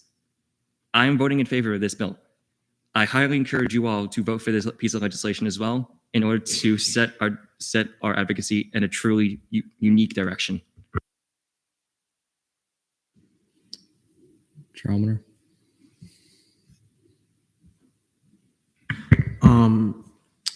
I am going to debate in favor of this legislation, mainly because I think at a time like this in our state, we should be advocating for any class that will have a positive impact on someone's education.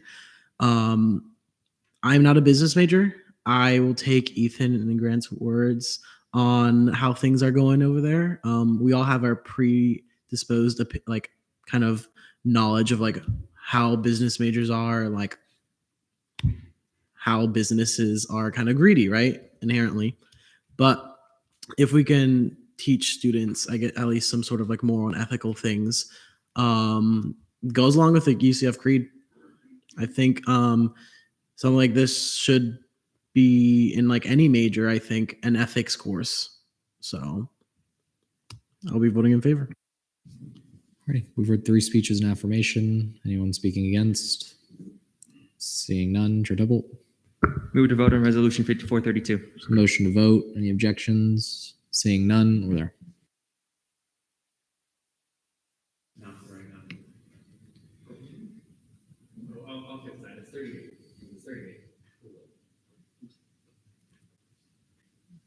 We're there.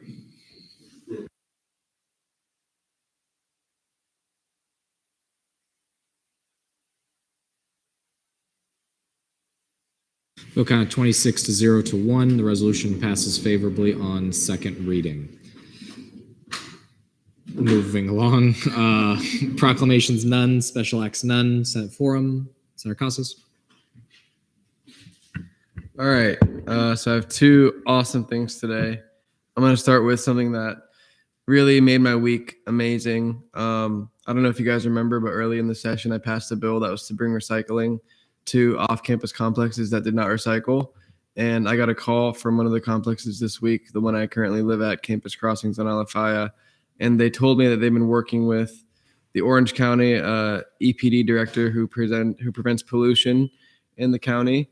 And we are looking at options in the neighborhood to start recycling. And it looks like it's going to be happening later this year because it's affordable and it's pretty feasible. So those of you that helped me with that bill,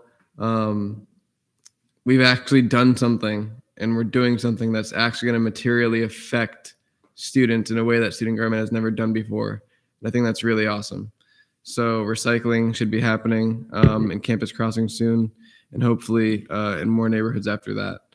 Other than that, tomorrow we are FPEP, the Prison Education Project, the other bill I passed. That organization is receiving a 150 box donation of books from a local library. And we are going to be moving those books into a storage unit that we can eventually drive to Tallahassee to distribute to prisons across the state. If you guys want to help out with that, it would be very, very awesome. It's only about an hour, and we need as many hands as we can get to help those that are incarcerated. So if you want to know more about that event, please just reach out to me and you can come through. There's going to be a workshop training after if you want to be more involved with the Prison Education Project at UCF. But recycling.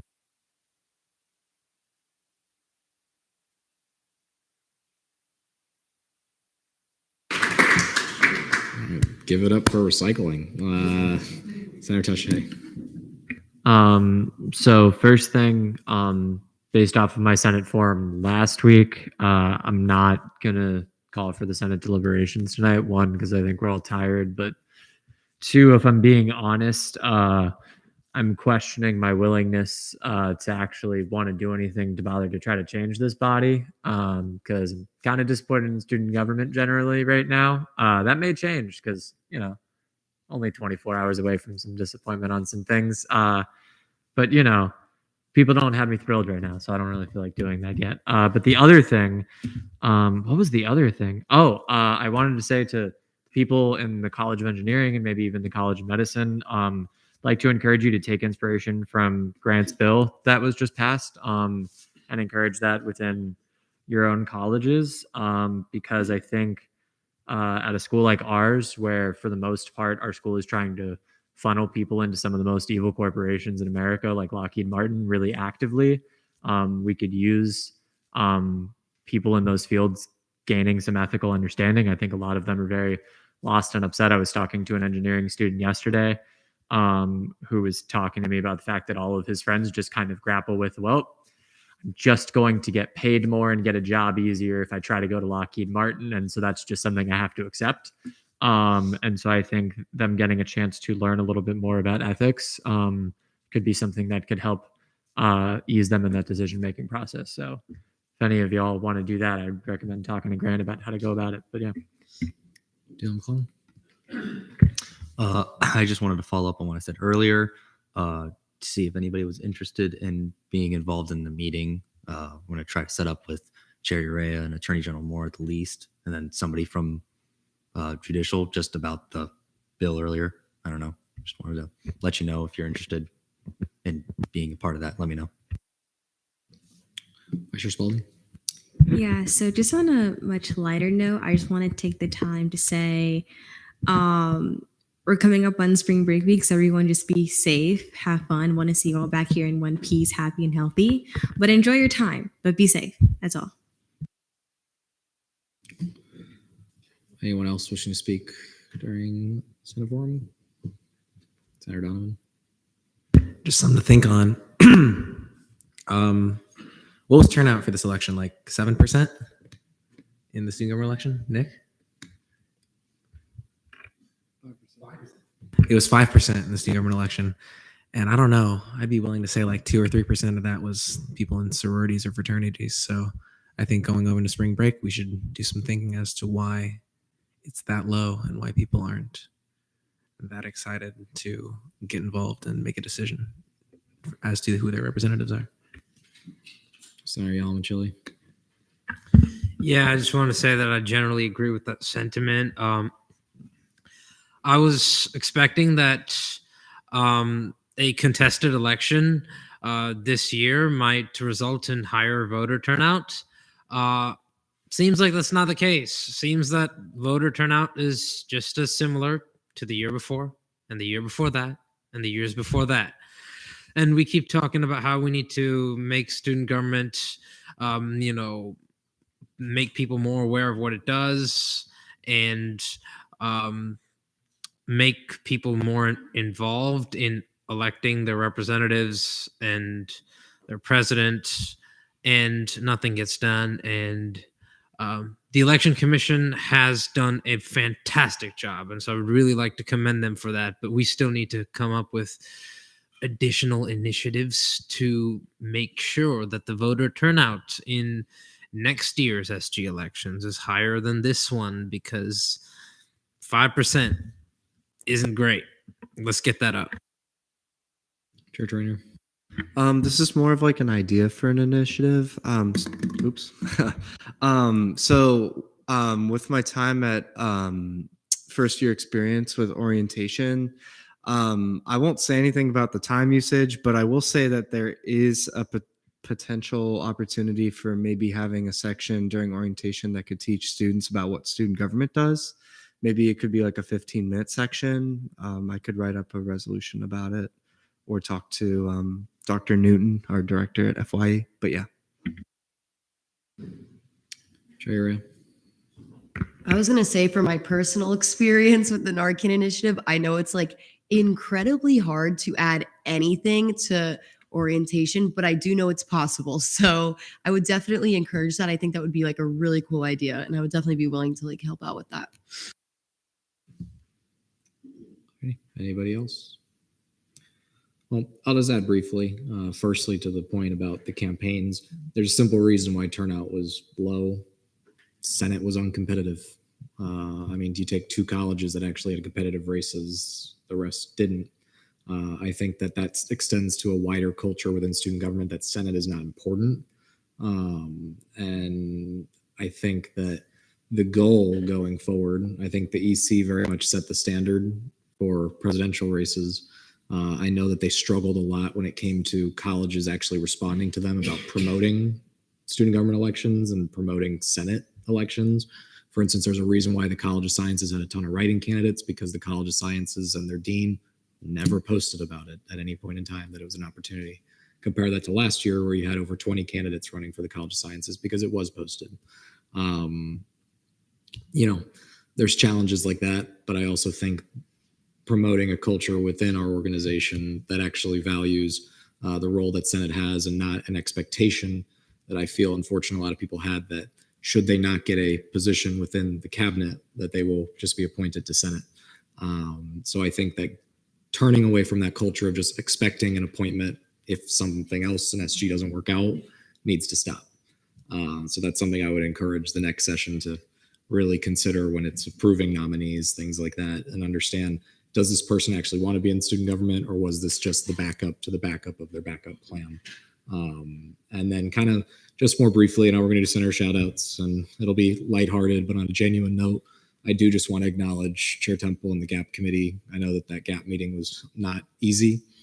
I think there's going to be a lot of questions that need to be answered, because, to be frank, I'm not happy at all with the way that was done, in terms of the amount of pressure that was put on Chair Temple and the committee to try to get something done tonight, despite the fact that they were given that information the day after GAP would have met anyways. Particularly, I do find it concerning that elements of the agenda that would have been stripped away included anything related to LGBTQ plus policies. That's a second year in a row of that. Disability policies, things of that nature. I know the GAP committee went back and forth a lot, but I think at the end of the day, I'll say what I said to GAP for everybody. This advocacy agenda is at the leisure of the student body, not Gray Robinson. When we go to Day at the Capitol, we don't go there to kiss butt to state representatives who hate this university and hate the student body. To me, I'm of the opinion the agenda as is pretty good, very thorough. I know there'll be more discussions. It may not end up 100% that way, but if there are going to be changes to the advocacy agenda, they're going to be done with GAP's understanding and with GAP's approval, not a recommendation that we're basically being put at gunpoint to say, pass this because we have to do a prep session tomorrow with a bunch of fancy lobbyists. So I'm not happy. There will be conversation with the GAC as well as the rest of exec. But yeah, all that to say, I didn't want Senator shoutouts to be depressing, but yeah, I share Chair Temple and GAP's frustration. And I do think that this is something that, again, very much could have harmed the integrity of the entire program. And I'm very frustrated with it. But hopefully, with the time that we have, we'll be able to rectify it in some way, but also make clear once again, we are elected by the student body. We represent the student body, and appointed person does not dictate what we do as a body, and does not dictate what we do as a student government. And that needs to be emphasized going forward for everybody, and recognize that we are the final say on these kinds of things, not to be blunt, held at gunpoint and told do this because it's going to mess up everything last second. Vice Chair Spalding. Just a quick question, if anyone, either Chair Temple or you can answer. In the worst case scenario that the, I guess, agenda for Day of the Capitol doesn't get passed, what happens? Do we just not go, or? It'll pass. It'll pass the way that we want it passed. That's all I'll kind of say to that. And then they can work around the agenda that we have constructed, because we have taken the time and dedication to put this forward I think, again, the removal of legislation, particularly that related to communities that are under a direct assault, concerning to me.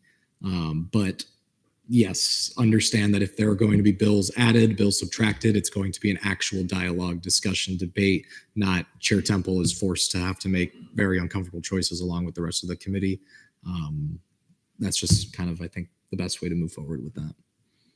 Chair Warner. I want to add to what Dylan spoke that this agenda was voted on almost a month ago, and we've had 2 or 3 GAP meetings since then. And unfortunately, we were not able to meet at GAP this week due to everyone's schedules being kind of out of whack. But a part of why we just were able not to meet was because we got all of our work done when we were supposed to. So. Alrighty. With that, anyone else wish to speak during the Senate forum? Seeing none. Senate deliberation, none. Advisor's report, Brody. All right. Hey, everybody.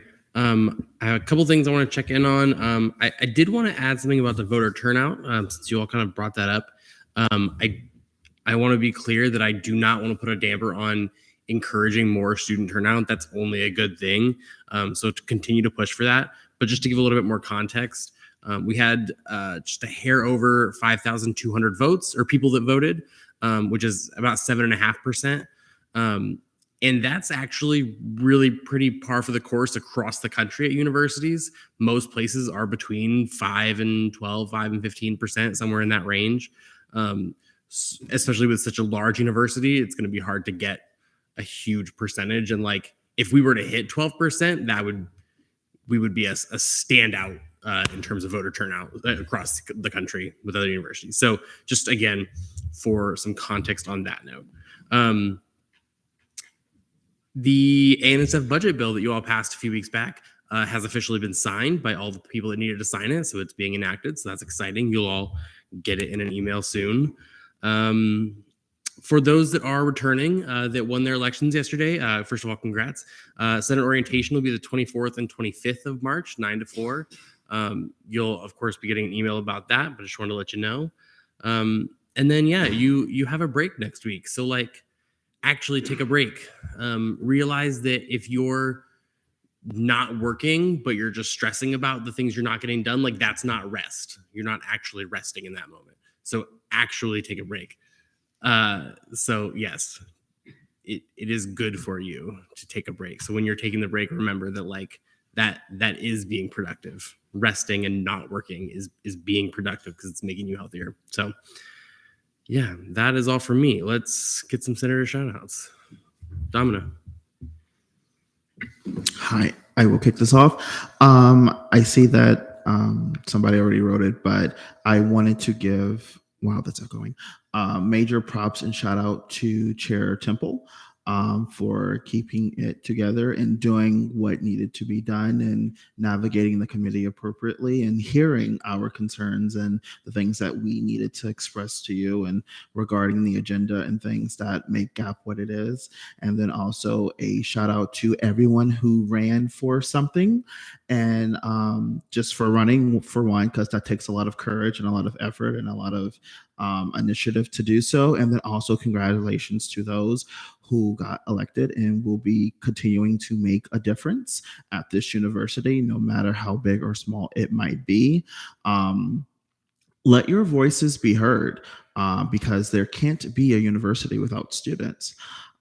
So definitely continue to do the great things that each and every one of you guys are doing. All right. Kendra. So I don't normally do these, but I have two.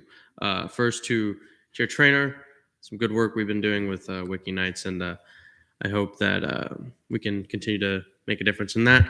And the second is Chair Millington. You do a great job with FAO. I know that you're not going to be here next session, which is a little sad, but it is what it is. And thank you for everything you do for FAO. All right.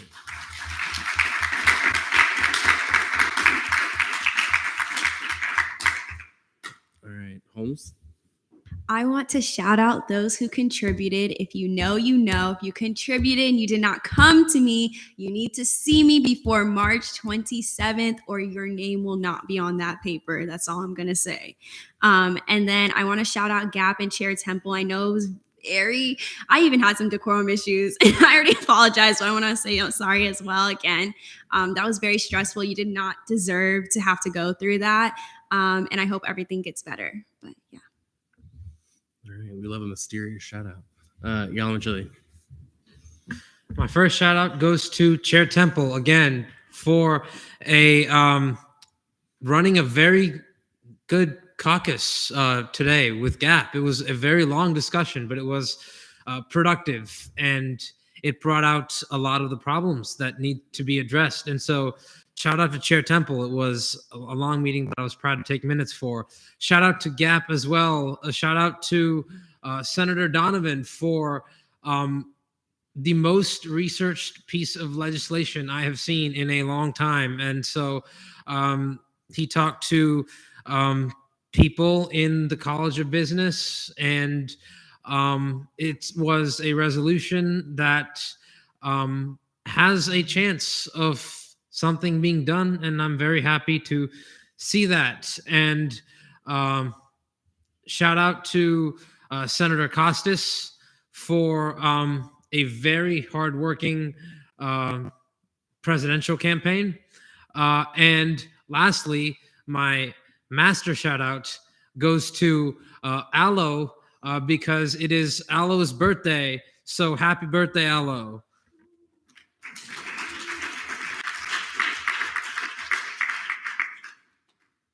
All right, Kaposi. I know everybody's pretty much said it, but I know I came in late, so I apologize, guys. But I want to shout out Ethan because I could tell by the time I walked in, there was a lot of tension, and Ethan composed himself very well. And I think that from what I did see of the meeting or the caucus, it was very well ran. And Ethan does an amazing job every day in his position. So I think that he deserves some recognition, and that I know this was thrown on him last minute, but he did a very well job, and I am very proud of him. All right, Tasha. First, quick shout out to Grant. He rocks, does a lot of good stuff, and now he's finally done one of those things in Senate, so that makes me really happy. And then, obviously, shout out to Michael. You ran an awesome campaign that got a lot of people really excited who normally aren't excited about student government. That was really cool to watch, and I'm excited to keep fighting for stuff that people care about on this campus. Not inside of student government with you, but wherever we can. Temple. Do I have a limit by chance? I'm just gonna cut you off at some predetermined time. Rather vague, but I'll give it my best shot. So of course, yeah, I wanted to shout out Gap, Gap. Even though it was very tense, it was I want to say one of probably the most fruitful discussion we've ever had. And I'm extremely proud of you all for voicing your concerns and voicing your opinions on this. And make no mistake, the advocacy agenda will get completed. And I will make sure that Gap has its fair say in this. And I just absolutely thank you all. Just thank you for being so understanding about all this. But make no mistake, I'll do my best to work with executive moving forward and make sure that this agenda is done for the students as a whole. And on that note, thank you to Senator Yalamanchyli for acting as my vice chair in the place of Duke. You did a fantastic job with those notes there, mate. And then of course, Donovan for the resolution, just fantastic resolution overall. I absolutely love it. And I'm going to kind of spitball a few more. Costas for his efforts with FPEP as well as his recycling resolution. Not sure if I got that acronym down. ORS for being ORS and running very tight ships. Women's Caucus for International Women's Day, when you're also planning on tabling tomorrow's event. Good luck to that. To the newly reelected and elected senators out there, congratulations to you all, and to getting luck to that runoff for College of Sciences. And of course, shout out to not a single senator or any American for that matter, but to Liverpool for beating Manchester United 7-0 on the 5th of March. All right, I let you go just one too far. All right, any other senator shout outs? All right, thanks. Shout out to Sheila for representing an RSL up front.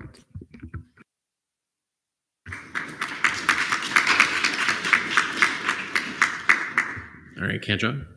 McClellan for being dripped out the wazoo.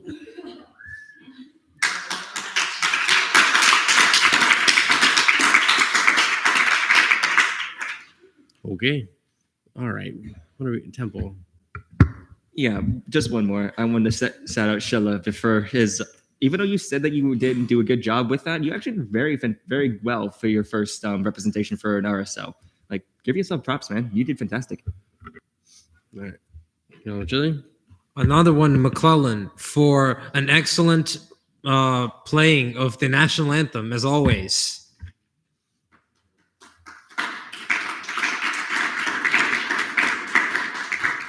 All right.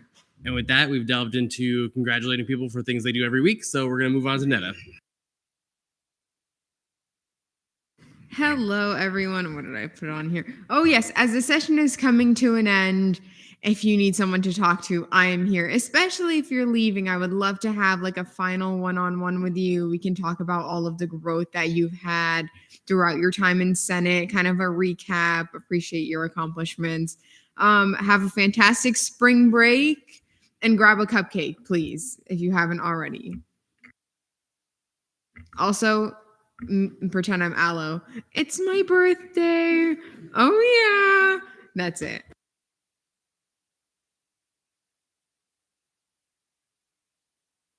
I think I'm going to go back to Senator Shoutouts just to shout out that impression of Vallow because that was something. Alrighty, are there any questions for any of our advisors?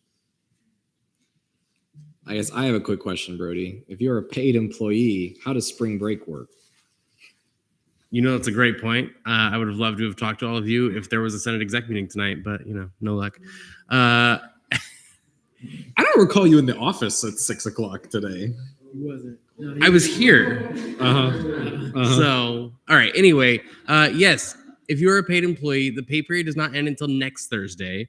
However, if you're not working during spring break, which I hope you are not, submit your time as soon as you're done working. So if that's tonight, if you're not doing anything tomorrow, great, submit it tonight. If you're going to work tomorrow and then that's it, submit it then. If you are going to work next Monday or whatever, submit it after that. Just make sure you submit it after your last shift.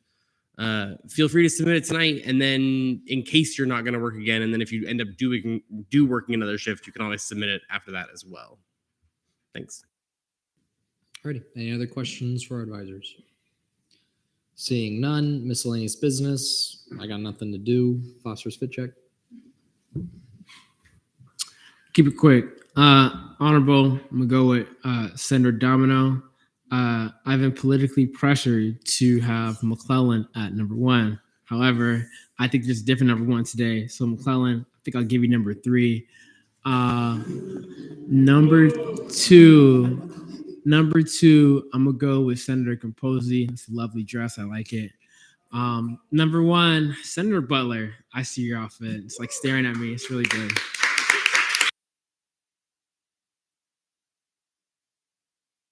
Chair Temple.